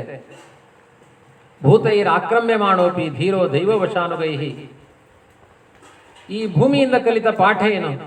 ಅನೇಕ ಜೀವರಾಶಿಗಳು ಪ್ರತಿದಿನ ಭೂಮಿಯನ್ನು ತುಳಿಯುತ್ತೆ, ಮಲಮೂತ್ರ ವಿಸರ್ಜನೆ ಮಾಡ್ತಾರೆ, ಕಫಗಳನ್ನ ಉಗಿತಾರೆ. ಭೂದೇವಿ ಯಾವತ್ತಾದರೂ ನಮಗೆ ಹೇಸಿಗೆ ತಾಗಿದ್ರೆ ಹೀಗೀಗಂತೇವೆ, ಒಮ್ಮೆ ಕೈ ಜಾಡಿಸ್ತೇವೆ. ಹಾಗೆ ನನ್ನ ಮೈ ಮೇಲೆ ತುಂಬಾ ಮಲಮೂತ್ರ ಹಾಕೋರಿದ್ದಾರೆ ಅಂತ ಭೂಮಿ ಒಂಚೂರು ಮೈ ಅಲ್ಲಾಡಿಸಿದ್ರೆ ನಾವು ಇನ್ವೆಸ್ಟ್ ಮಾಡಿದ ಕೋಟಿ ಕೋಟಿ ಆ ಸೈಟಿನ ಆಸ್ತಿ ಎಲ್ಲ ಢಮ್ ಬಂದು ಹೋಗುತ್ತೆ. ಭೂಮಿ ಅಲ್ಲಾಡಿದರೆ ಎಷ್ಟು ಜನಗಳ ಅಪರಾಧ ಮಾಡಿದ್ರು ಕೂಡ ಭೂದೇವಿ ಕ್ಷಮಾಗುಣದಿಂದ ಸಹಿಸಿಕೊಳ್ತಾ ಇದ್ದಾಳೆ. ಜಗತ್ತಿನ ನೂರಾರು ಸ್ತುತಿಗಳಿದ್ದಾವೆ, ನಿಂದನೆಗಳಿದ್ದಾವೆ. ಒಂದಷ್ಟು ಜನ ಹೊಗಳೋರಿದ್ದಾರೆ ಅಂದ್ರೆ ಬೈಯೋರಿದ್ದಾರೆ. ಬರೀ ಹೊಗಳಿಸಿಕೊಳ್ಳೋ ವ್ಯಕ್ತಿ ಯಾರಾದರೂ ಇದ್ದಾರಾ? ನಾವು ಈ ಭೂಮಿಯಲ್ಲಿ ನೋಡ್ಲಿಲ್ಲ. ನಾವು ಅನ್ಕೊಳ್ತೇವೆ, ಓ ಇವರಲ್ಲಿ ಯಾವ ದೋಷಗಳಿಲ್ಲ, ಯಾರೂ ಬೈಲಿಕ್ಕೆ ಸಾಧ್ಯವೇ ಇಲ್ಲ ಅಂತ. ಆಮೇಲೆ ಪೇಪರ್ ಮೇಲೆ ಬಂದ ಮೇಲೆ ಗೊತ್ತಾಯ್ತು, ಓ ಇವರನ್ನು ಬೈಯೋರಿದ್ದಾರೆ. ಈ ಜಗತ್ತಿನ ಯಾವುದೇ ಸ್ತುತಿ ನಿಂದೆಗಳಿಗಿಂತ ನೀವು ವಿಚಲಿತರಾಗಬೇಡಿ, ಭೂಮಿಯಿಂದ ಪಾಠ ಕಲಿರಿ. ಅದಕ್ಕೊಂದು ದೃಷ್ಟಾಂತ ಕೊಡ್ತಾರೆ. ಒಂದು 3 ವರ್ಷದ ಮಗು ಚಡ್ಡಿ ಬಿಚ್ಚಿಕೊಂಡು ಬೀದಿಯಲ್ಲಿ ನಿಂತಿತ್ತಂತೆ. ಬೀದಿಯಲ್ಲಿ ಹೋಗೋರೆಲ್ಲ ಚಪ್ಪಾಳೆ ತಟ್ಟಿ ಗೇಲಿ ಮಾಡಿದ್ರು ಅದನ್ನು. ಬೆತ್ತಲೆ ಇದ್ದಾನೆ ಬುದ್ಧ ಅಂತ. ಅದು ಜೊತೆಗೆ ಚಪ್ಪಾಳೆ ತಟ್ಟುಕೊಂಡು ಕುಣಿತಾ ಇದೆಯಂತೆ. ಅವರೆಲ್ಲ ನಗಾಡಿದ್ರೆ ಇದು ನಗಾಡ್ತಾ ಇದೆ. ಅಲ್ಲ, ನೀನು ಬಟ್ಟೆ ಬಿಚ್ಚಿಕೊಂಡಿದ್ದೀನಿ ಇನ್ನೊಂದೇ ನೋಡಿ ತಮಾಷೆ ಮಾಡಿದ್ದು ಅಂದ್ರೆ ಅದು ಅವರೊಟ್ಟಿಗೆ. ಅದು ಖುಷಿ ಏನು ಅಂದ್ರೆ ನನ್ನಿಂದ ಅವ್ರಿಗೆ ಖುಷಿ ಆಗ್ತಾ ಇದೆಯಲ್ಲ ಅಂತ ಇದು ಖುಷಿ ಮಗುವಿಗೆ. 3 ವರ್ಷದ ಮಗುವಿಗೆ ಇನ್ನೊಬ್ಬರ ಸ್ತುತಿ ನಿಂದೆಗಳಿಂದ ಅದಕ್ಕೆ ನಗಾಡ್ತಾ ಇದ್ರೆ ಅದಕ್ಕೇನು ತಲೆ ಬಿಸಿ ಇಲ್ಲ. ಹಾಗೆ ಒಬ್ಬ ಜ್ಞಾನಿಯಾದವನು ತನ್ನ ಬಗ್ಗೆ ಹೊಗಳಿದ್ರೂ ಹಿಗ್ಲಿಕ್ಕೆ ಹೋಗಬಾರ್ದು, ಬೈದ್ರೂ ಕೂಡ ಅದಕ್ಕೆ ಕುಗ್ಲಿಕ್ಕೆ ಹೋಗಬಾರ್ದು. ನಾನು ಪ್ರಾಮಾಣಿಕನ ಅಂತ ಅಂತರಂಗದಲ್ಲಿ ನೋಡಿಕೊಳ್ಬೇಕು. ತಾನು ಒಳಗಡೆಯಿಂದ ಅಪ್ರಾಮಾಣಿಕನಾಗಿ 50 ಜನ ಪ್ರಶಸ್ತಿ ಪತ್ರ ಕೊಟ್ಟರೆ ಅವನು ಮೋಕ್ಷ ಯೋಗ್ಯನಾಗ್ತಾನ? ಅವನು ಹೋಗೋದು ನರಕಕ್ಕೆ. ಹಾಗಾಗಿ ನನಗೆ ನಾನು ಮೋಸ ಮಾಡಿಕೊಳ್ಳಬಾರದು ಅನ್ನೋ ಎಚ್ಚರ ಮೊದಲಿರಬೇಕು. ಎಲ್ಲ ಈ ಧರ್ಮಗಳ ಉಪದೇಶ ಅದಕ್ಕೆ ಇರೋದು. ಮುಂದೆ ಏಕಾದಶಿ ಮಾಡಿ ಅಂತಾರೆ, ಪ್ರಾಣದೇವರ ಆರಾಧನೆ ಮಾಡಿ ಅಂತಾರೆ, ದೇವರ ಪೂಜೆ ಮಾಡಿ ಅಂತಾರೆ, ಮಡಿ ಮಾಡಿ ಅಂತ ಹೇಳ್ತಾನೆ ಕೃಷ್ಣ. ಎಲ್ಲ ಹೇಳೋದು ಯಾಕೆ ಅಂದ್ರೆ ನಿನ್ನ ಆತ್ಮೋದ್ಧಾರಕ್ಕೆ. ಏಕಾರ್ಷಿ ಅನ್ನ ತಿನ್ನಬೇಡಿ. ಆ ಭಟ್ರು ಏಕಾರ್ಷಿ ಬಗ್ಗೆ ಒಂದು ಬೈತಾರೆ ಮಾರಾಯರೆ ಅಂತ ಕೆಲವರಿಗೆ ಅನ್ನಿಸುವುದು. ಯಾಕೆ? ನಾವು ಒಂದು ವೇಳೆ ಅದನ್ನು ಹೇಳಿಲ್ಲ ಅಂತ ಆದ್ರೆ ಆಗುವ ಹಾನಿ ಯಾರಿಗೆ? ನಮಗೆ. ಅಲ್ಲಿ ಹೋದ ತಕ್ಷಣ ಹಾಕಿ ಬಡಿತಾರೆ. ಅಲ್ಲ, ಯಾರಾದ್ರೂ ಹೇಳಿದ್ರೆ ನಾನೊಂದು ಮಾಡ್ತಾ ಇದ್ನಲ್ಲ ಅಂತ ಹೇಳೋರಿಗೆ ಇದು ಮಾರ್ಗದರ್ಶನ ಇದೆ. ಮಧ್ವಾಚಾರ್ಯ ಹೇಳಿದ್ದೆಲ್ಲ ಅದಕ್ಕೋಸ್ಕರ, ತಮಗಾಗಿ ಹೇಳಿದ್ದಲ್ಲ, ನಮಗಾಗಿ ಹೇಳಿದ್ದೆ. ಯದಂತಿ ಎಚ್ಚ ದೂರಕ್ಕೆ ಭಯಂ ವಿಂದತಿ ಮಾಮಿಹ ಪವಮಾನ ವಿತಜ್ಜಹಿ. ನಮಗೆ ಅನೇಕ ವಿಧವಾದ ಭಯಗಳು ಬರುತ್ತೆ. ಹತ್ತಿರದಿಂದ ನಮ್ಮಿಂದ ನಮಗೇ ಬರುವ ಭಯ. ನಾವು ನಮಗೆ ಅನ್ಯಾಯ ಮಾಡಿಕೊಳ್ಳುವ ಅಂಶಗಳು ಬೇಕಾದಷ್ಟಿದೆ. ಇನ್ನೊಬ್ಬರು ನೋಡ್ಲಿಲ್ಲ, ಅವರು ಯಾರು ನಮ್ಮನ್ನು ನೋಡ್ಲಿಕ್ಕೆ? ಅಷ್ಟು ದೇವತೆಗಳನ್ನು ನೋಡ್ತಾ ಇದ್ದಾರೆ. ನಮ್ಮ ಪಾಪ ನಮ್ಮನ್ನೇ ನೋಡುತ್ತೆ, ಆಮೇಲೆ ನಮ್ಮ ಜೀವನವನ್ನು ನೋಡುತ್ತೆ. ಹಾಗಾಗಿ ನನಗೆ ನಾನು ವಂಚಕನಾಗದೆ ನಾನು ಬದುಕಿದ್ರೆ ಸಮಾಜದಲ್ಲಿ ಒಬ್ಬ ಪ್ರಾಮಾಣಿಕ ನಿರ್ಮಾಣ ಆದ ಅಂತ ಅರ್ಥ. ಈ ರೀತಿಯಾಗಿ ಬದುಕಬೇಕು. ಪ್ರಾಣಿಗಳ ಹಾಗೆ ಬದುಕಬಾರದು, ಪಕ್ಷಿಗಳ ಹಾಗೆ ಬದುಕಬಾರದು. ಒಂದು ಅರಣ್ಯ ಇತ್ತು, ಒಂದು ಪಾರಿವಾಳ ಒಂದು ಗೂಡು ಕಟ್ಟಿತು, 3 ಮಕ್ಕಳಾಯ್ತು, 3 ಮೊಟ್ಟೆ ಆಯ್ತು. ಆ ಮೊಟ್ಟೆಗಳಾದ ಮೇಲೆ ಅವುಗಳ ಮರಿಯನ್ನ ದೊಡ್ಡದು ಮಾಡಿ ಅದು ಸಾಕ್ತಾ ಇದೆ ಹೆಣ್ಣು ಪಾರಿವಾಳ. ಗಂಡು ಪಾರಿವಾಳ ಆಹಾರ ತಂದು ಕೊಡ್ತಾ ಇದೆ. ಒಟ್ಟು 5 ಪಾರಿವಾಳಗಳು. ಆ ಕಾಡಿನಲ್ಲಿರುವ ಒಬ್ಬ ಬೇಡ ಯೋಚನೆ ಮಾಡಿದಂತೆ, ಸ್ವಲ್ಪ ದಿನ ಹೋಗ್ಲಿ, ಇನ್ನೂ ಹಕ್ಕಿಗಳು ಹಾರಲಿಕ್ಕೆ ಬೇಕಾಗುವಷ್ಟು ದಷ್ಟಪುಷ್ಟ ಆಗಿಲ್ಲ. ಆಹಾರ ಕೊಟ್ಟು ಕೊಟ್ಟು ದಪ್ಪ ಮಾಡುತ್ತೆ ಆ ಪಕ್ಷಿಗಳು. ಮಾಂಸ ದೊಡ್ಡದಾಗಿ ಬೆಳೆದ ಮೇಲೆ ಬಲೆ ಹಾಕಿ ಬೀಸಿ 5 ಪಾರಿವಾಳವನ್ನು ತೆಗೆದುಕೊಳ್ಳೋಣ ಅಂತ ಯೋಚನೆ ಮಾಡಿದೆ. ಒಂದು ದಿನ ಅವುಗಳು ಹಾರಾಟ ಮಾಡುವ ದಿನ ಬಂತು. ಬಲೆ ಬೀಸಿದ. 3 ಮರಿಗಳ ಜೊತೆಗೆ ತಾಯಿ ಪಾರಿವಾಳ ಬಲೆಗೆ ಬೀಳ್ತು. 4 ಜನ ಬಲೆಗೆ ಬಿದ್ದಿದ್ದಾರೆ. ಗಂಡು ಪಾರಿವಾಳ ಆಹಾರ ತರಲಿಕ್ಕೆ ಹೋಗಿತ್ತು, ಅದು ಬಂತು ಒಳಗಡೆ. ಬೇಡ ದೂರದಲ್ಲಿ ನಿಂತು ಕಾಯ್ತಾ ಇದ್ದಾನೆ. ಅವನಿಗೆ ಗೊತ್ತು ಈ ಪಾರಿವಾಳಗಳ ಮನಃಶಾಸ್ತ್ರ ಗೊತ್ತು ಅವನಿಗೆ. ಅದು ಕೂಡ ಒಳಗಡೆ ಹೋಗಿ ಸೇರಿಕೊಳ್ಳುತ್ತೆ ಅಂತ ಗೊತ್ತು ಅವನಿಗೆ. ಪಾರಿವಾಳಗಳ ಟ್ರಿಕ್ಸ್. ಇವತ್ತು ಬೆಂಗಳೂರಿನಲ್ಲೂ ಇಂಥ ಪಾರಿವಾಳ ಹಿಡಿಯೋರಿದ್ದಾರೆ. ಅದು ಒಂದನ್ನು ಹಿಡಿದ್ರೆ ಇನ್ನೊಂದು ಬಂದು ಜೊತೆಗೆ ಬಂದು ಟಕ್ಕ ಅದಾಗಿ ಬೀಳುತ್ತೆ. ಪಾರಿವಾಳ ಯೋಚನೆ ಮಾಡುತ್ತೆ. ಅವುಗಳು ಮಾತನಾಡಿಕೊಂಡು ಹೆಣ್ಣು ಪಾರಿವಾಳಕ್ಕೆ ಗಂಡು ಪಾರಿವಾಳ ಹೇಳಿತು, ಅಯ್ಯೋ, ನಾನು ನಿನ್ನನ್ನು ಬಿಟ್ಟು ಹೋದೆ, ನನ್ನ ಮಕ್ಕಳ ಜೊತೆಗೆ ನೀನು ಆ ಬೇಡನಿಗೆ ಆಹಾರವಾಗಿ ಹೋದಿ, ನಾನು ಪ್ರಾಣತ್ಯಾಗ ಮಾಡ್ತೇನೆ. ಆ ತಾಯಿ ಪಾರಿವಾಳ ಹೇಳುತ್ತೆ, ಅಯ್ಯೋ, ನನ್ನ ಕರ್ಮ ಇದು, ನೀವಾದ್ರೂ ಬದುಕಿ, ನೀವು ಒಳಗಡೆ ಬಂದ್ರೆ ನೀವು ಸಾಯ್ತೀರಿ ಅಷ್ಟೇ, ಇದರಿಂದ ಆಗಬೇಕಾದದ್ದೇನಿಲ್ಲ. ನಾನು ಪತಿವ್ರತೆಯಾಗಿ ನಿಮಗೋಸ್ಕರ ಪ್ರಾಣತ್ಯಾಗ ಮಾಡ್ತೇನೆ, ನೀವು ಚೆನ್ನಾಗಿ ಬದುಕಿ ಅಂತ ಅದೇ ಹೇಳುತ್ತೆ. ಆ ಪ್ರೀತಿಯ ಭಾವನೆಗಳನ್ನ ಕೇಳಿ ಗಂಡು ಪಾರಿವಾಳಕ್ಕೆ, ಅಯ್ಯೋ, ನಾನು ಈ ಕನಿಕರ ತೋರಿಸಲಿಲ್ಲ ಅಂದ್ರೆ ನಾನು ಒಂದು ಮೃಗ ಆಗಿ ಹೋಗ್ತೇನೆ, ಅಪ್ರಾಮಾಣಿಕ ಜೀವನ ಆಗುತ್ತೆ ಅಂತ ತಾನು ಆ ಬಲೆ ಒಳಗಡೆ ಹಾರುತ್ತೆ. ಅಂದ್ರೆ ಪ್ರೀತಿ ಮಾಡೋದು, ಮಕ್ಕಳನ್ನ ಮುದ್ದು ಮಾಡುವುದು, ಗಂಡನನ್ನ ಮುದ್ದು ಮಾಡುವುದು, ಈ ಭಾವನೆಗಳು, ಈ ಫೀಲಿಂಗು ಪ್ರಾಣಿ ಪಕ್ಷಿಗಳಿಗಿಲ್ವಾ? ಒಂದು ಇರುವೆ ಕಾಯ್ತಾ ಇರುತ್ತೆ, ಬೆಲ್ಲ ಯಾರಾದ್ರೂ ಇಡ್ತಾರಂತೆ. ಯಾಕೆ? ತನ್ನ ಮಕ್ಕಳಿಗೆ ತಿನ್ಸೋಣ ಅಂತ. ಪ್ರೀತಿ ಇಲ್ವೋ ಅವುಗಳಿಗೆ? ಎಷ್ಟು ಮಮತೆಯಿಂದ ಕಚ್ಚಿಕೊಂಡು ಹೋಗುತ್ತೆ. ಯಾರಾದ್ರೂ ಒಂದು ತಲೆ ಮೇಲೆ ಕಾಲಿಟ್ರೆ ರಕ್ಕಸ ಸತ್ತೇ ಹೋಗೋನುತ್ತೆ. ನನ್ನ ಮಕ್ಕಳಿಗೆ ಆಹಾರ ತಗೊಂಡು ಹೋಗ್ತಾ ಇದ್ದೆ, ಅವನು ಎಂತ ಅನ್ಯಾಯ ಮಾಡಿದ, ಶಾಪ ಹಾಕಿ ಸಾಯುತ್ತೆ ಇರುವೆ. ಅದಕ್ಕೆ ಒಂದು ಇರುವೆಯನ್ನು ಸಾಯಿಸಬಾರ್ದು. ಒಂದು ಇರುವೆ ಕೊಂದವರಿಗೆ 1000 ವರ್ಷ ನರಕ ಅಂತ. ನಾವು ನರಕದಲ್ಲೇ ಇರ್ಬೇಕಾಗುತ್ತೆ, ಅಷ್ಟು ಪಾಪ ಮಾಡ್ತಾ ಇದ್ದೇವೆ. ತೊಳ್ಕೊಳ್ಳಿಕ್ಕೆ ಉಪಾಯ ಏನು? ಭಾಗವತ ಕೇಳೋದಿಲ್ಲ, ದೇವರ ಕಥೆ ಕೇಳೋದಿಲ್ಲ, ದೇವರಿಗೆ ನಮಸ್ಕಾರ ಮಾಡೋದಿಲ್ಲ, ಏಕಾದಶಿ ಮಾಡೋದಿಲ್ಲ. ಏನೋ ಸ್ವಚ್ಛಂದ ಜೀವನ ಮಾಡ್ತೇವೆ ಅಂದ್ರೆ ಮನುಷ್ಯರೇ ಹಾಗೆ ಯಾಕೆ ಹುಟ್ಟಬೇಕು? ಪ್ರಾಣಿಗಳೇ ವಾಸಿ ಅಲ್ವಾ? ಪ್ರಾಣಿಗಳಿಗಾದ್ರೂ ಒಂದು ಪ್ರಾಮಾಣಿಕತನ ಇದೆ. ಆದ್ರಿಂದ ಮನುಷ್ಯನ ಕರ್ತವ್ಯಗಳು ತುಂಬಾ ಇದೆ. ಅದನ್ನೇ ವ್ಯಾಸರ ಕೊನೆಗೆ ಹೇಳ್ತಾರೆ, ಇದು ಮನುಷ್ಯ ಯೋನಿ ಇದೆ ಅಲ್ವಾ, ಆ ಪ್ರಾಣಿ ಪಕ್ಷಿಗಳಿಗೆ ಕಷ್ಟ ಇಲ್ಲ. ಯಾಕೆಂದ್ರೆ ವಿಧಿ ನಿಷೇಧಗಳಿಲ್ಲ. ಯಾವ ಪ್ರಾಣಿಗಳು ಏಕಾದಶಿ ಉಪವಾಸ ಮಾಡಿಲ್ಲ ಅಂತ ಯಮಲೋಕದಲ್ಲಿ ಕೇಳೋದಿಲ್ಲ. ಯಾಕೆಂದ್ರೆ ಅದಕ್ಕೆ ಮಡಿ, ಪುಣ್ಯ, ಪಾಪ ಏನೂ ಸಂಬಂಧ ಇಲ್ಲ. ಪುಣ್ಯ ಪಾಪಗಳ ಸಂಬಂಧ ಇರುವುದು ಮನುಷ್ಯನಿಗೆ ಮಾತ್ರ. ಇದು ಕೊನೆಯೇ ಯೋನಿ, ಮಾನವ ಯೋನಿ. ಮಾನವರಾದ್ಮೇಲೆ ಇನ್ನೊಂದು ಯೋನಿ ಯಾವುದು ಇಲ್ಲ ಅಲ್ಲಿ. ಇನ್ನು ಇರುವುದು ಕೆಳಗಡೆ ಯೋನಿಗಳು ಮಾತ್ರ. ಇವನು ಮೇಲೆ ಏರಿದ್ದಾನೆ, ಈಗ ಏಣಿಯ ಮೇಲೆ ಇದ್ದಾನೆ. ಇವನು ಇಲ್ಲಿಂದ ಮೇಲೆ ಹಾರಬೇಕು. ಎಲ್ಲಿಗೆ? ದೇವರ ವಿಚಾರಗಳಿಗೆ ಹಾರಬೇಕು. ಮತ್ತೆ ಜಗತ್ತಿನ ವಿಚಾರಕ್ಕೆ ಬಂದ್ರೆ ಮೇಲಿಂದ ಏಣಿ ಜಾರಿ ಕೆಳಗಡೆ ದಪ್ಪ ಕೆಳಗೆ ಬೀಳುತ್ತಾನೆ, ಹಾವು ಏಣಿ ಆಟದ ಹಾಗೆ. ಅವನನ್ನ ಆರೂಢಚ್ಯುತರು ಅಂತ ಕರೆದಿದ್ದಾರೆ ವೇದವ್ಯಾಸ. ಮೇಲೆ ಹತ್ತಿ ಜಾರಿ ಬಿದ್ದವನು. ದೃಷ್ಟಾಂತ ಕೊಟ್ಟಿದ್ದಾರೆ ಭಾಗವತದಲ್ಲಿ. ಒಂದು ಬಾಣ ಬಿಟ್ರೆ ಆ ಬಾಣ ಹೇಗೆ ಹೋಗ್ಬೇಕು? ಸೈನ್ಯ ಹೀಗೆ ಹೋಗುತ್ತೆ ಸ್ಟ್ರೈಟ್ ಆಗಿ. ಹೋದ್ಮೇಲೆ ಅದು ಒಂದು ಗುರಿಯನ್ನ ಚುಚ್ಚಿಕೊಳ್ಳಬೇಕು. ಆ ಬಾಣ ಎಲ್ಲೂ ಚುಚ್ಚಿಕೊಳ್ಳಿಲ್ಲ ಅಂದ್ರೆ ಬಾಣ ಏನಾಗುತ್ತೆ? ಮಧ್ಯದಲ್ಲಿ ಅದರ ವೇಗ ಕಳೆದುಕೊಂಡು ಅಂದ್ರೆ ಏನಾಗುತ್ತೆ? ಹೋಗ್ತಾ ಇರುವ ಬಾಣ ಒಮ್ಮೆಲೆ ಹೀಗೆ ಹೋಗ್ತಾ ಇರುತ್ತೆ, ಎಷ್ಟು ಮೇಲೆ ಹೋಗ್ತಾ ಇದೆ ಬಾಣ, ಒಮ್ಮೆಲೆ ಹೀಗಾಗುತ್ತೆ. ಹೀಗಾದ್ಮೇಲೆ ಅದರ ಕಥೆ ಏನು? ಸೈನ್ಯ ನೆಲಕ್ಕೆ ಬೀಳೋದು. ಇದು ಬ್ರಾಹ್ಮಣರ ದೇಹ ಬಾಣ ಇದ್ದ ಹಾಗೆ. ನೇರ ಹೋಗಿ ಪರಮಾತ್ಮನ ಪಾದವೆಂಬ ಗುರಿಯನ್ನ ಮುಟ್ಟಬೇಕು. ಮುಟ್ಲಿಲ್ಲ ಅಂತ ಆದ್ರೆ ಏನಾಗುತ್ತೆ? ಲಪಕ್ಕ ಹೀಗಾಗುತ್ತೆ, ಸೀದಾ ನಾಯಿ, ಕತ್ತೆ, ಮತ್ತೆ ಅಲ್ಲಿಂದ ಹತ್ತು ಮೇಲೆ, ಮತ್ತೆ ಬ್ರಾಹ್ಮಣನಾಗಿ ಬಾ, ಮತ್ತೆ ನಾಯಿ ಬುದ್ಧಿ ತೋರಿಸು, ಮತ್ತೆ ನಾಯಿಯಾಗಿ ಹುಟ್ಟು. ಇದ ಬ್ರಾಹ್ಮಣನ ಜೀವನ. ಇದನ್ನೇ ಹೇಳ್ತಾರೆ, ಬ್ರಾಹ್ಮಣಸ್ಯ ಚ ದೇಹೋಯಂ ಕ್ಷುದ್ರ ಕಾಮಾಯ ನೇಷ್ಯತೆ ಕೃಚ್ಛಾಯ ಕೃಚ್ಛಾಯ ತಪಸೇ ಚೇಹ ಪ್ರೇತ್ಯಾನಂತ ಫಲಾಯ ಚ. ತಪಸ್ಸನ್ನ ಮಾಡಲಿಕ್ಕಿರೋದು ಬ್ರಾಹ್ಮಣನ ದೇಹ. ನಿಷಿದ್ಧವಾದ ಸುಖಗಳನ್ನು ಅನುಭವಿಸಲಿಕ್ಕೆ ಈ ಮನುಷ್ಯ ದೇಹ ಬೇಕಾಗಿಲ್ಲ.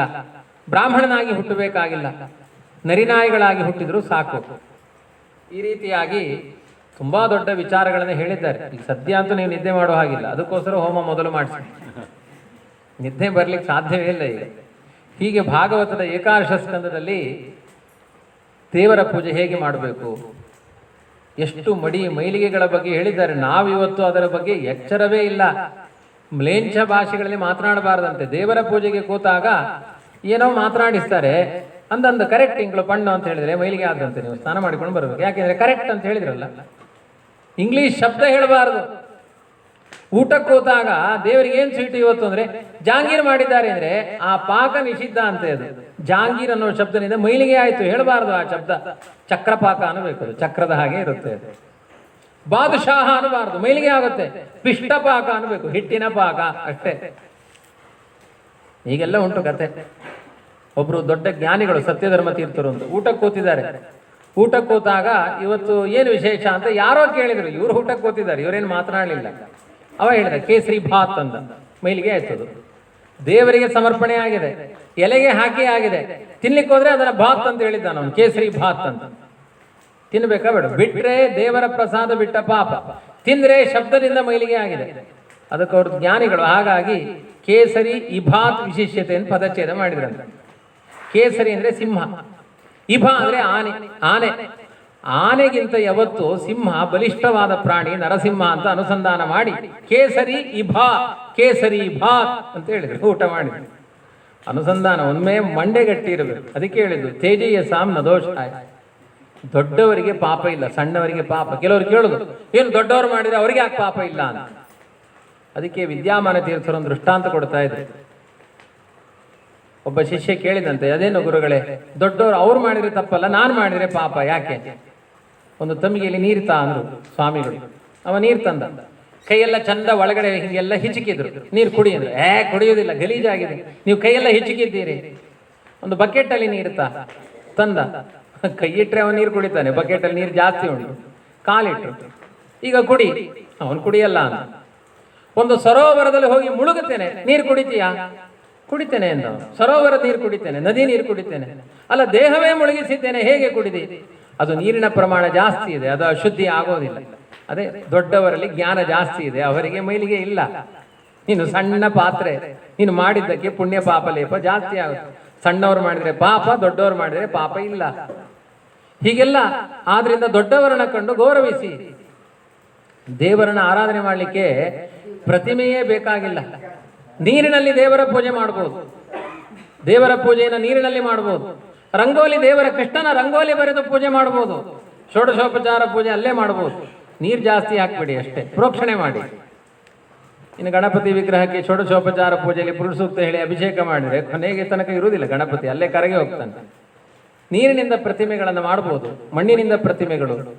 ಜಗನ್ನಾಥ ಇದ್ದಾನಲ್ಲ, ಪುರಿ ಜಗನ್ನಾಥ, ಮರದಲ್ಲಿ ವಿಗ್ರಹಗಳನ್ನು ಮಾಡಿ ದೇವರ ಪೂಜೆ ಮಾಡಬಹುದು. ಮರದ ವಿಗ್ರಹಗಳಿಗೆ ಪೂಜೆ ಮಾಡಬಹುದು. ನಿಮ್ಮ ಭಾವನೆ ಬರುವ ಯೋಗ್ಯವಾದ, ಗ್ಲಾಸ್ ಆಗಬಾರ್ದು, ಪ್ಲಾಸ್ಟಿಕ್ ಆಗಬಾರ್ದು. ಇವತ್ತೆಲ್ಲ ಸಿಕ್ಕಾಪಟ್ಟೆ ಮನೆಗಳದುಂಟು. ರತ್ನಗರ್ಭ ಶಾಲಗ್ರಾಮ ಅಂತ ಹಿಡಿದ್ರೆ ಕೆಂಪು ಕಾಣುತ್ತೆ, ಅದು ನೇಪಾಳದ ಗೋಲಿ. ಅದು ತೆಗೆದ್ರೆ ಬಿಸಾಡಿ, ಅದು ಬ್ರಹ್ಮಹತ್ಯೆ. ಅದು ಶಾಲಗ್ರಾಮ ಅಲ್ಲ. ವದನ ಇದ್ದದ್ದು ಮಾತ್ರ ಶಾಲಗ್ರಾಮ, ಇಲ್ಲೇನಿದ್ರೆ ಅದು ಬ್ರಹ್ಮಹತ್ಯೆ. ಈಗ ಫೈಬರ್ ಸುದರ್ಶನಗಳು ಬಂದಿದೆ. ನಿನ್ನೆ ಅವರ ಮನೇಲಿ ಒಂದು ತೋರಿಸಿದೆ ನಾನು. ಫೈಬರ್ ಅಲ್ಲಿ ಸುದರ್ಶನಗಳು. ಒಂದು ಫ್ಯಾಕ್ಟ್ರಿ ಇದೆ, ಪೋಖ್ರಾ ಅಂತ ಒಂದು ಊರು ನೇಪಾಳದ ಹತ್ತಿರ. ನೇಪಾಳದಲ್ಲಿ ಪೋಖ್ರಾ ಅಂತ, ಅದೆಲ್ಲ ಪೋಖ್ರಿ ಕೆಲಸವೇ ಮಾಡಿದವರು. ಒಂದು ಶಾಲಗ್ರಾಮದ ಫ್ಯಾಕ್ಟ್ರಿ, ಒಳಗಡೆ ನೀರು ತುಂಬುದು, ಮೇಲ್ಗಡೆ ಎಲ್ಲ ಫೈಬರ್ ಅಲ್ಲಿ ಮಾಡೋದು. ಏನೋ ಜಲಜನಾರ್ದನ ಶಾಲಗ್ರಾಮ ಅನ್ನೋದು. 10,000 ರೂಪಾಯಿ, 100 ರೂಪಾಯಿ ಖರ್ಚಾಗೋದಕ್ಕೆ ಇಷ್ಟು ಮೋಸ. ಧರ್ಮದ ಹಿನ್ನೆಲೆಯಲ್ಲಿ ಕಲಿಯುಗ ಇದೆ. ದೇವರ ಪ್ರತಿಮೆಗಳಿಂದ ಮೋಸಗಳಿದೆ. ಅದಕ್ಕೆ ಕೃಷ್ಣ ಉಪಾಯ ಹೇಳ್ತಾನೆ. ತುಂಬಾ ಮೋಸ ಜಗತ್ತಿನಲ್ಲಿ ಇರೋದ್ರಿಂದ ನಿಮಗೆ ತುಂಬಾ ಸಂಶಯಕ್ಕೆ ಅವಕಾಶ ಇಲ್ಲದೆ ಇರೋದು ಕಲ್ಲಿನ ಪುಡಿ, ರಂಗೋಲಿ, ಅದರಲ್ಲಿ ಕೃಷ್ಣನ ಚಿತ್ರ ಬರೆದು ಅಲ್ಲಿ ಪೂಜೆ ಮಾಡಿ ಸಂತುಷ್ಟನಾಗ್ತಾನೆ ದೇವರು. ಹರಿಯುವ ನದಿಗಳಲ್ಲಿ ತುಳಸಿ ಪುಷ್ಪಗಳನ್ನು ಹಾಕಿ ದೇವರು ಸಂತುಷ್ಟನಾಗ್ತಾನೆ. ದೇವರ ಸಂತೋಷ ಹೊಂದಲಿಕ್ಕೆ ಯಾರು ಯೋಗ್ಯರಿದ್ದಾರೆ ಸದ್ಬ್ರಾಹ್ಮಣರು, ಅವರಲ್ಲಿ ದೇವರಿಗೆ ಒಂದು ತೃಷೆ ಕೊಡಿ, ಅದೇ ಅಭಿಷೇಕ ಆಗುತ್ತೆ ದೇವರಿಗೆ. ಪೂಜೆ ಅಂತಂದ್ರೆ ಇದೇ ಕ್ರಮದ ಪೂಜೆ ಅಲ್ಲ, ಶಾಲಗ್ರಾಮ ಪೂಜೆ ಮಾಡಬೇಕು, ಅದು ಒಂದು ಕ್ರಮ. ಆದರೂ ಬೇರೆ ಕ್ರಮದ ಪೂಜೆಗಳನ್ನೆಲ್ಲ ಕೃಷ್ಣ ಹೇಳಿಕೊಟ್ಟಿದ್ದಾನೆ. ಮುಖ್ಯ ಪ್ರಾಣ ಜೀವೋತ್ತಮ ಅನ್ನೋದನ್ನ ಮರಿಬೇಡಿ. ಏನು ಪೂಜೆ ಮಾಡಬೇಕಾದ್ರೂ ಪ್ರಾಣ ಅಧಿಷ್ಠಾನದಲ್ಲಿ ಮಾಡಿ, ಅಂತರ್ಯಾಮಿ ಪೂಜೆ ಮಾಡಿ. ನೇರ ಪೂಜೆ ಮಾಡಬಾರದು ದೇವರಿಗೆ, ಡೈರೆಕ್ಟ್ ಪೂಜೆ ಕೃಷ್ಣ ಕೃಷ್ಣ ಅನ್ನಬಾರದು. ಪ್ರಾಣದೇವರ ಹೃದಯದಲ್ಲಿರುವ ಕೃಷ್ಣ ಅಂತಾನೆ ಚಿಂತನೆ ಮಾಡಬೇಕು. ಇಲ್ಲದೇ ಇದ್ರೆ ಅಸುರರು ಬಂದು ಆ ಪೂಜೆಯನ್ನೆಲ್ಲ ಹಾಳು ಮಾಡ್ತಾರೆ ಅಂತ ಉಂಟು. ಉಪನಿಷತ್ತಿನಲ್ಲಿ ತುಂಬಾ ದೊಡ್ಡ ವಿಚಾರಗಳಿದೆ. ಹಾಗಾಗಿ ಇಂತಹ ಮಡಿ ಮೈಲಿಗೆಗಳ ಬಗ್ಗೆ ತುಂಬಾ ವಿಸ್ತಾರವಾದ ವಿವರಣೆಯನ್ನು ಕೊಡ್ತಾ ಒಂದು ಕತೆ ಹೇಳ್ತಾನೆ ಕೃಷ್ಣ. ಜೀವನದಲ್ಲಿ ಯಾವುದನ್ನ ಬಿಡಬೇಕು ಅನ್ನೋದ್ರ ಬಗ್ಗೆ 2 ಕಥೆ. ಬಹುತೇಕ 11ನೇ ಸ್ಕಂದದಲ್ಲಿ ಕಥೆಗಳು ಕಡಿಮೆ, ಆದರೂ 2 ಕಥೆ ಇದೆ. ಒಂದು ಐಲಗೀತ, ಇನ್ನೊಂದು ಭಿಕ್ಷುಗೀತ ಅಂತ. ಒಂದು ಊರಿನಲ್ಲಿ ಒಬ್ಬ ಶ್ರೀಮಂತ ಬ್ರಾಹ್ಮಣ, ಯಾವಾಗಲೂ ಬಡ ಬ್ರಾಹ್ಮಣ ಅಂತ ಕತೆ ಹೇಳ್ತಾ ಇರ್ತಾನೆ. ಇದು ಉಲ್ಟಾ, ಇದು ಶ್ರೀಮಂತ ಬ್ರಾಹ್ಮಣ. ತುಂಬಾ ಶ್ರೀಮಂತಿಗೆ ಆ ಬ್ರಾಹ್ಮಣನಿಗೆ, ಕೋಟಿ ಕೋಟಿ ಆಸ್ತಿ ಇದೆ. ಆದರೆ ಎಷ್ಟು ಹಣ ಇದೆಯೋ ಅಷ್ಟೇ ಜಿಪುಣತನ. ಈ ಜಿಪುಣತನ ಅನ್ನೋದು ಲೋಭ ಅನ್ನೋ ಒಂದು ದುರ್ಗುಣ ಇದ್ರೆ ಎಲ್ಲಾ ಗುಣಗಳು ಸತ್ತೋಗುತ್ತಂತ. ದೇವರು ಕೊಟ್ಟ ಸಂಪತ್ತನ್ನ ವಿನಿಯೋಗ ಮಾಡಬೇಕಾದ್ರೆ ಜಿಪುಣತನ ಮಾಡಬಾರದು. ಮನಸ್ಸು ಬಿಚ್ಚಿ ದಾನ ದಕ್ಷಿಣೆ ಧರ್ಮ ಕೊಡಬೇಕು. ಹೆಂಡತಿ ಮಕ್ಕಳಿಗೆ ಅವರಿಗಾದ್ರೂ ಸಂತೋಷ ಪಡಿಸಬೇಕು. ಅವನು ದಾನ ಧರ್ಮ ಮಾಡಲಿಲ್ಲ, ಹೆಂಡತಿ ಮಕ್ಕಳನ್ನು ಸಂತೋಷ ಪಡಿಸಲಿಲ್ಲ, ತಾನೂ ತಿನ್ನಲಿಲ್ಲ, ಬರೀ ಕೂಡಿಡುವುದು. ಒಂದು ಸತ್ಯ, ಕೂಡಿಟ್ಟ ಹಣ ಎಲ್ಲ ನಾಶದಲ್ಲೇ ಅದಕ್ಕೆ ಉಪಾಯ, ಅದು ಇನ್ಯಾವುದಕ್ಕೂ ಉಪಯೋಗಕ್ಕೆ ಬರುವುದಿಲ್ಲ ಅದು ಹಣ. ಕೊನೆಗೆ ಆ ಹೆಂಡತಿ ಮಕ್ಕಳೆಲ್ಲ ಶಾಪ ಹಾಕಿ ಮನೆ ಬಿಟ್ಟು ಹೋದ್ರು. ಹೆಂಡತಿ ಮಕ್ಕಳಿಗೆ ಅನ್ನ ಕೊಡಲ್ಲ ಅಂದ್ರೆ ಆ ಹಣ ತಗೊಂಡು ಏನು ಮಾಡುವುದು? ಶಾಪ ಹಾಕಿದ್ರು. ಯಾವಾಗ ಹೆಂಡತಿ ಮಕ್ಕಳು ಶಾಪ ಹಾಕಿದ್ರೋ ಅವನ ದೈವದಿಂದ ಚ್ಯುತನಾದ. ಒಂದಷ್ಟು ದೇವತೆಗಳು ನಾಶಪಡಿಸಿದ್ರು, ಒಂದಷ್ಟು ದರೋಡೆಕೋರರು ನಾಶಪಡಿಸಿದ್ರು. ಒಟ್ಟಿನಲ್ಲಿ ಎಲ್ಲಾ ಸಂಪತ್ತನ್ನು ಕಳೆದುಕೊಂಡ, ಬೀದಿಯ ಭಿಕಾರಿ ಆದ. ಕೊನೆಗೆ ಅದೇ ಊರಿನಲ್ಲಿ ಅವನು ಎಲ್ಲಾ ಕಳ್ಕೊಂಡು ಬಡತನ ಬಂದ ಮೇಲೆ ಅವನು ಯೋಚನೆ ಮಾಡಿದ, ಇನ್ನು ಮುಂದೆ ನಾನು ಹೇಗೆ ಬದುಕಬೇಕು, ಸನ್ಯಾಸ ತಗೊಳ್ಳೋಣ ಅಂತ ಯೋಚನೆ ಮಾಡಿದೆ. ಯಾಕೆಂದ್ರೆ ಈ ದುಡ್ಡನ್ನ ಎಷ್ಟೆಲ್ಲಾ ಜೀವನ ಪೂರ್ತಿ ಸಂಪಾದನೆ ಮಾಡಿದೆ, ಒಂದು ಕಿಲುಬುಗಾಸು ನನ್ನ ಮನೆಯಲ್ಲಿ ಉಳಿಲಿಲ್ಲ ಅಂದ್ರೆ ಈ ದುಡ್ಡಿನಿಂದ ಅನರ್ಥಗಳು ಜಾಸ್ತಿ ಇದೆ. ತುಂಬಾ ಹಣ ಬಂತು ಅಂದ್ರೆ ಜೊತೆಗೆ ಒಂದಷ್ಟು ಚಟಗಳು ಬರುತ್ತೆ. ಈಗ ಹಣ ಜಾಸ್ತಿ ಇದ್ದವರೆಲ್ಲ ಚಟಕ್ಕೆ ತುತ್ತಾಗಿರ್ತಾರೆ, ವ್ಯಸನಗಳು. ಆಮೇಲೆ ಹಣ ತುಂಬಾ ಇದ್ರೆ ವೈರ, ಇನ್ನೊಬ್ಬರ ಬಗ್ಗೆ ವೈರಗಳು ಹುಟ್ಟುತ್ತೆ, ಅವಿಶ್ವಾಸ ಹುಟ್ಟುತ್ತೆ ಮತ್ತೊಬ್ಬರ ಬಗ್ಗೆ. ಮತ್ತೆ ಹಣ ಸಂಪಾದನೆ ಮಾಡಬೇಕಾದ್ರೆ ಕಷ್ಟ, ಅದನ್ನು ಅಭಿವೃದ್ಧಿ ಪಡಿಸಬೇಕಾದ್ರೆ ಕಷ್ಟ, ಬಾದಾಮಿ ಹಾಲು ಕುಡಿಬೇಕಾದ್ರೆ ಮತ್ತೆ ದುಃಖ, ಅಯ್ಯೋ ಹಣ ಖರ್ಚಾಗ್ತಾ ಇದೆಯಲ್ಲ. ಈ ಹಣದ ಸಂಬಂಧ ನೋಡಿ, ಎಲ್ಲೋ ಹೋಗಿ ಊಟ ಮಾಡ್ಬೇಕಾದ್ರೆ ತಲೆ ಬಿಸಿ ಇದೆಯಾ, ಚಂದ ತುಪ್ಪ ಹಾಕೊಂಡು ಊಟ ಮಾಡ್ತೇವೆ. ಅದೇ ಮನೆಯಲ್ಲಿ ತುಪ್ಪ ಜಾಸ್ತಿ, ಬಾಟ್ಲಿ ಎಷ್ಟುಂಟು ಗೋಘೃತ ಅಂತ ಕೇಳಬೇಕು ಮನೆಯಲ್ಲಾದ್ರೆ. ಇಲ್ಲಿ ಆದ್ರೆ ಹಾಕಿ ಒಂದು 2 ಸ್ಪೂನ್ ಹಾಕಿ, ಏನು ಪರವಾಗಿಲ್ಲ, ನಮ್ಮದಲ್ಲಲ್ಲ. ಆದ್ರಿಂದ ಒಂದು ರೀತಿಯಲ್ಲಿ ನಮ್ಮದು ಅಂತ ಯಾವುದೂ ಇಲ್ಲ ಅಂದ್ರೆ ಸುಖ ಜಾಸ್ತಿ, ನಮ್ಮದು ಅಂತ ಇದ್ದಷ್ಟು ಅದರಲ್ಲಿ ಅಭಿಮಾನ ದುಃಖಗಳು ಜಾಸ್ತಿ. ನಮ್ಮ ಮನೆ ಹೌದಾ, ಕೆಲವೊಮ್ಮೆ ತೊಟ್ಟಿ ವಾಸಿ ನಮ್ಮ ಮನೆ ಆಗ್ಲಿಕ್ಕಿಲ್ಲ. ನಮ್ಮ ಮನೆ ಅಂದ್ರೆ ನಮ್ಮ ಮನೆ ಅಲ್ಲ, ಒಟ್ಟು ಒಂದು ಪ್ಲಾಸ್ಟಿಕ್ ತೊಟ್ಟೆ ಮನೆಯೊಳಗೆ ಬಂದ್ರೆ ಅದು ಚಂದ ಒಳ್ಳೆ ಕಲರ್ ಬರುವ ಹಾಗೆ ಪ್ರಿಂಟ್ ಮಾಡಿರ್ತಾರೆ. ಅದನ್ನ ಮತ್ತೆ ತೆಗೆದಿಡೋದು ಬೇಕಾಗುತ್ತೆ. ಯಾವ ಮಗಳು ಬಂದಾಗ ಉಂಡೆ ಕಟ್ಟಿ ಕೊಡ್ಲಿಕ್ಕೆ ಬೇಕಾಗುತ್ತೆ. ನಿಮ್ಮ ಮನೇಲಿ ಇರೋದು ಯಾವುದು ಬೇಡ ಹೇಳಿ. ಆಮೇಲೆ ಇದು ಬೇಕಾಗುತ್ತೆ ಅಂತ ಬಂದ ಮೇಲೆ ಒಂದಷ್ಟು ಇಲ್ಲಿ ನಮಗೆ ಜಾಗ ಸಾಕಾಗುತ್ತೆ ಅನ್ಕೊಂಡು ಬರೋರು ತುಂಬಾ ಮಂದಿ ಇದ್ದಾರೆ. ಒಂದು ಬಂದು ಇರುವೆ ಗೂಡು ಕಟ್ಟಿತ್ತು, ಒಂದು ಕಣಜ ಬಂದು ಗೂಡು ಕಟ್ಟಿತ್ತು, ಹಲ್ಲಿ ಬಂದು ಒಂದು ಗೂಡು ಮಾಡಿಕೊಂಡಿತ್ತು. ಯಾಕೆಂದ್ರೆ ಅಲ್ಲಲ್ಲೇ ನಮ್ದೊಂದು ಗೂಡಿನಲ್ಲಿ ಸಿಕ್ಕಿಸಿ ಇಟ್ಟಿದ್ದೇವೆ, ಅವುಗಳಿಗೆಲ್ಲ ಮನೆ ಆಗುತ್ತೆ. ನಮ್ಮ ಮನೆಯ ಕಾಡ ಅದು. ಕೊನೆಗೆ ಮನೆಯಲ್ಲಿ ಅಶುದ್ಧಿಯಾದ ಪದಾರ್ಥಗಳು ಯಾವುದು ಇಟ್ಟುಕೊಳ್ಳಬೇಡಿ. ನಿಮಗದು ಉಪಯೋಗಕ್ಕೆ ನಾಳೆ ಬರುತ್ತೆ ಎನ್ನುವ ಅಪೇಕ್ಷೆ ಇದ್ರೆ ಇವತ್ತಿಗಂತೂ ಅದನ್ನು ತ್ಯಾಗ ಮಾಡಿ. ಇವತ್ತಿಗೆ ಯಾವುದು ಉಪಯೋಗಕ್ಕುಂಟ ಅದನ್ನು ಉಪಯೋಗಿಸಿ. ನಮ್ಮ ಜೀವನದಲ್ಲಿ ಹೀಗೆ ಎಷ್ಟೋ ಬೇಡವಾದ ಸಂಗತಿಗಳಿದ್ದಾವೆ. ಅತಿಯಾದ ಆಸೆ ಪಡಬಾರದು ಅಂತ ನಿಶ್ಚಯ ಮಾಡಿಕೊಂಡು ಸನ್ಯಾಸಿ ಆದ್ಮೇಲೆ ಮನೆ ಬಿಟ್ಟ, ಎಲ್ಲ ಬಿಟ್ಟ. ಇನ್ನು ಮುಂದೆ ನನಗೆ ಇನ್ನೊಂದು, ಕೆಲವರು ಏನ್ ಮಾಡ್ತಾರೆ, ಹೆಂಡತಿ ಡೈವರ್ಸ್ ಕೊಟ್ಟು ಅಂದ್ಮೇಲೆ ಇನ್ನೊಂದು ಮದುವೆ ಆಗ್ಲಿಕ್ಕೆ ಹೋಗ್ಬಾರ್ದು, ಸಾಕು ಉಪದ್ರವ ಹೋಯ್ತು ಅಂದ್ಬಿಟ್ಟು ಆರಾಮಾಗಿರ್ಬೇಕು, ದೇವರು ಧರ್ಮ, ಇನ್ನೊಂದು ಮದುವೆ ಆಗುದು, ಅದಕ್ಕಿಂತ ಇನ್ನೂ ಜಾಸ್ತಿ ಉಪದ್ರವ. ಯಾಕೆಂದ್ರೆ ಡೈವರ್ಸ್ ಆದವರಿಗೆ ಒಳ್ಳೆ ಹುಡುಗಿ ಸಿಗ್ತಾಳ, ಡೈವರ್ಸ್ ಆದವಳೇ ಸಿಗುದು. ಮತ್ತೆ ಯಾಕೆ ಬೇಕು ಈ ಉಪದ್ರವ? ಏನು ನಮ್ಮ ಜೀವನದಲ್ಲಿ ದೇವರು ಕಿತ್ಕೊಳ್ತಾನೆ ಕೊಟ್ಟಿದ್ದನ್ನ, ಅದು ನಮ್ದಲ್ಲ ಅಂತ ತಿಳ್ಕೊಳ್ಬೇಕು, ಆರಾಮಾಗಿರ್ಬೇಕು. ಉನ್ಮತ್ತ ಜಡವಚ್ಚರೆ, ಆರಾಮಾಗಿರ್ಬೇಕಂತ, ಗೂಳಿಗಳ ಹಾಗೆ ಇರಬೇಕು. ಅಂದ್ರೇನು? ಭಗವತ್ ಪ್ರಜ್ಞೆಯಿಂದ ತಲೆ ಕೆಡಿಸಿಕೊಳ್ಳಬಾರದು ಜಗತ್ತಿನ ಸುಖ ದುಃಖಗಳ ಬಗ್ಗೆ. ಹಾಗೆ ತನ್ನ ಮನಸ್ಸನ್ನ ಹದ ಮಾಡಿಕೊಂಡ. ಎಷ್ಟು ಹದ ಮಾಡಿಕೊಂಡ ಅಂದರೆ ಇನ್ನು ಜಗತ್ತಿನ ಯಾವ ಸುಖ ದುಃಖಗಳಿಗೂ ನಾನು ತಲೆ ಕೆಡಿಸಿಕೊಳ್ಳೋದಿಲ್ಲ ಅನ್ನೋಷ್ಟು ಮನಸ್ಸನ್ನು ಸರಿ ಮಾಡಿಕೊಂಡ. ಆದ್ರಿಂದ ನಮ್ಮನ್ನು ನಾವು ಸರಿ ಮಾಡಿಕೊಂಡ್ರೆ ನಾವು ಯಾವುದಕ್ಕೂ ಹೆದರಬೇಕಾಗಿಲ್ಲ. ನಾವು ದುಃಖ ಪಡೋದು ಯಾವಾಗ ಅಂದರೆ ನಮ್ಮನ್ನು ನಾವು ಸರಿ ಮಾಡಿಕೊಂಡಿಲ್ಲ, ತುಂಬಾ ಚಿಂತೆ ಆಗ್ತಾ ಇದೆ ಅಂದರೆ ತುಂಬಾ ಹಚ್ಚಿಕೊಂಡಿದ್ದೀರಿ ಅಂತ ಅರ್ಥ. ಅದಕ್ಕೆ ಚಿಂತೆ. ನಿಮ್ಮನ್ನು ನೀವು ಸರಿ ಮಾಡಿಕೊಳ್ಳಿ. ಕಟಿಂಗ್ ಪ್ಲೇಯರು, ನಟ್ಟು ಬೋಲ್ಟ್ ಎಲ್ಲ ನಮಗೆ ಬೇಕಾಗಿರೋದು, ಮತ್ತೊಬ್ಬರಿಗಲ್ಲ. ನಮ್ಮನ್ನು ನಾವು ಸರಿ ಮಾಡಿಕೊಳ್ಳಿ. ಇದು ಭಾಗವತ. ಅವನು ಸರಿ ಮಾಡಿಕೊಂಡ ತನ್ನನ್ನು. ನನಗಿನ್ಯಾವ ದುಃಖ ಬಂದರೂ ತಲೆ ಕೆಡಿಸಿಕೊಳ್ಳಲ್ಲ ಅಂತ ಸರಿ ಮಾಡಿಕೊಂಡ. ಆದರೆ 3 ದಿನ ಆದಮೇಲೆ ಹಸಿವು ತಡಿಲಿಕ್ಕಾಗಲಿಲ್ಲ ಅವನಿಗೆ. ಶ್ರೀಮಂತ ಒಂದು ಕಾಲದಲ್ಲಿ ತಿನ್ಲಿಕ್ಕೆ ಗತಿ ಇಲ್ಲ, ಹಸಿವು ಜಾಸ್ತಿ ಆದಾಗ ಸಿಕ್ಕಿದ್ದು ತಿನ್ನೋಣ ಅಂತ ಅನಿಸಿತ್ತು. ಅದನ್ನೇ ದಾಸ ಹೇಳ್ತಾರೆ, ಇಟ್ಟಾಂಗಿ ಇರುವೆನೋ ಹರಿಯೇ, ಸಣ್ಣ ಶಾಲ್ಯೋದನ ಬೆಣ್ಣೆ ಕಾಸಿದ ತುಪ್ಪತ್ತು, ಚಿನ್ನದ ಹರಿವಾಣದಲ್ಲಿ ಭೋಜನ, ಘನ್ನ ಮಹಿಮ ನಿನ್ನ ಕರುಣೆ ತಪ್ಪಿದ ಮೇಲೆ ಕದನ್ನಕ್ಕೆ ಬಾಯಿ ಬಿಡಿಸುವೆಯೋ ಹರಿಯೇ. ಚಿನ್ನದ ಹರಿವಾಣದಲ್ಲಿ ಸಣ್ಣ ಅಕ್ಕಿಯ ತುಪ್ಪದ ಅನ್ನ ಭೋಜನ. ಕೆಲವೊಮ್ಮೆ ಹಸಿವಾದಾಗ ಹಳಿಸಿ ಹೋದ ಅನ್ನಕ್ಕೆ ಎಣ್ಣೆ ತಿನ್ನುವಂಥ ಸ್ಥಿತಿಯು ಹಾಕಿಕೊಂಡು ತಿನ್ನುವ ಸ್ಥಿತಿ ಬರುತ್ತೆ. ಇವನಿಗೆ ಆ ಸ್ಥಿತಿ ಬಂತು. ಎಲ್ಲರೂ ತಿಂದು ಎಸೆದ ಎಂಜಲು ಎಲೆಗಳ ಅನ್ನವನ್ನೆಲ್ಲ ಸಂಗ್ರಹ ಮಾಡಿ, ಸನ್ಯಾಸಿ ಬೇರೆ ಅವ, ಏನು ಮಾಡ್ಲಿಕ್ಕಾಗಲ್ಲ, ಹೊಟ್ಟೆ ಹಸಿವಾಗಿದೆ, ಅನ್ನ ಯಾರು ಕೊಡ್ಲಿಲ್ಲ ಅವನಿಗೆ ಬೇಡಿದ್ರೆ. ಯಾಕೆ? 10 ಜನಗಳು ಅವನ ಮನೆಗೆ ಶ್ರೀಮಂತಿಗೆ ಇದ್ದಾಗ ಬಂದು ಬೇಡಿದಾಗ ದಾನ ಮಾಡಲಿಲ್ಲ, ಅದರ ಪರಿಣಾಮ ಅನುಭವಿಸಿದ. ಯಾರು ಅವನಿಗೆ ಕಿಲುಬುಗಾಸು ಕೊಡಲಿಲ್ಲ. ಕೊನೆಗೆ ತಿಂದು ಎಂಜಲ ಅನ್ನವನ್ನು ತೆಗೆದುಕೊಂಡು ಎಲ್ಲ ಸಂಗ್ರಹ ಮಾಡಿ ಒಂದು ನದಿ ತೀರದಲ್ಲಿ ಇಟ್ಟು ಒಂದು ಸ್ನಾನ ಮಾಡಿ, ಇದು ದೇವರ ಕೊಟ್ಟ ಪ್ರಸಾದ, ಇದನ್ನೇ ತಿನ್ನೋಣ ಅಂತ ಹೊರಟ. ಆಪತ್ಕಾಲದ ಧರ್ಮಗಳವೆಲ್ಲ. ಏನೋ ಇಲ್ಲ ಅಂದಾಗ ಹಾಗೆ ಮಾಡ್ಬೋದು ಅಂತುಂಟು. ಎಲ್ಲರ ಎಂಜಲ ಅನ್ನವನ್ನೆಲ್ಲ ಒಟ್ಟು ಮಾಡಿ ತಿನ್ನಲಿಕ್ಕೆ ಹೊರಟ್ರೆ ಒಂದು 5 ಜನ ಪಟ್ಟೆ ಹುಡುಗರು ಬಂದರು. ನಮ್ಮ ಮನೆಗೆ ಎಂಜಲನ್ನ ತಿನ್ನಲಿಕ್ಕೆ ಇವ ಯಾರು ಭಿಕಾರಿ ಅಂತ ಹೇಳಿ ಆ ಅನ್ನವನ್ನು ಕಾಲಿನಲ್ಲಿ ಝಾಡಿಸಿ ಒದ್ರು. 3 ದಿನ ಉಪವಾಸ ಮಾಡಿದ್ದಾನೆ, ಒಂದು ಅಗಳ ಅನ್ನ ಸಿಗದೇ ಇರುವ ಹಾಗೆ ಮಾಡಿದ್ರು. ಅವನನ್ನು ನದಿ ಒಳಗಡೆಯಿಂದ ಹಗ್ಗ ಹಾಕಿ ಎಳ್ಕೊಂಡು ಬಂದರು ಹೊರಗಡೆ. ಚೆನ್ನಾಗಿ ಹೊಡೆದರು. ನನ್ನ ಮನೆ ಅನ್ನ ಯಾಕೆ ತಿಂದು ಹೇಳು. ಅವ ಹೇಳಿದ, ನಿನ್ನ ಮನೆ ಅನ್ನ ಏನು, ಬೀದಿಲಿ ಬಿದ್ದಿದ್ದ ಅನ್ನ ಅದು. ನಮ್ಮ ಮನೆಯನ್ನ ಬೀದಿಲಿ ಬಿದ್ದಿದ್ದಲ್ವಾ. ಕೆಟ್ಟ ರೀತಿಯಲ್ಲಿ ವರ್ತಿಸಿದ್ರು. ಮಾತಾಡಿದ್ರೆ ಹೊಡೆದರು, ಮಾತಾಡಲಿಲ್ಲ ಅಂದ್ರೆ ಹೊಡೆದರು. ಕೊನೆಗೆ ಒಂದು ಕಂಬಕ್ಕೆ ಕಟ್ಟಿ ಹಾಕಿ ಅವನ ತಲೆ ಮೇಲೆ ಮಲಮೂತ್ರ ವಿಸರ್ಜನೆ ಮಾಡಿದರು.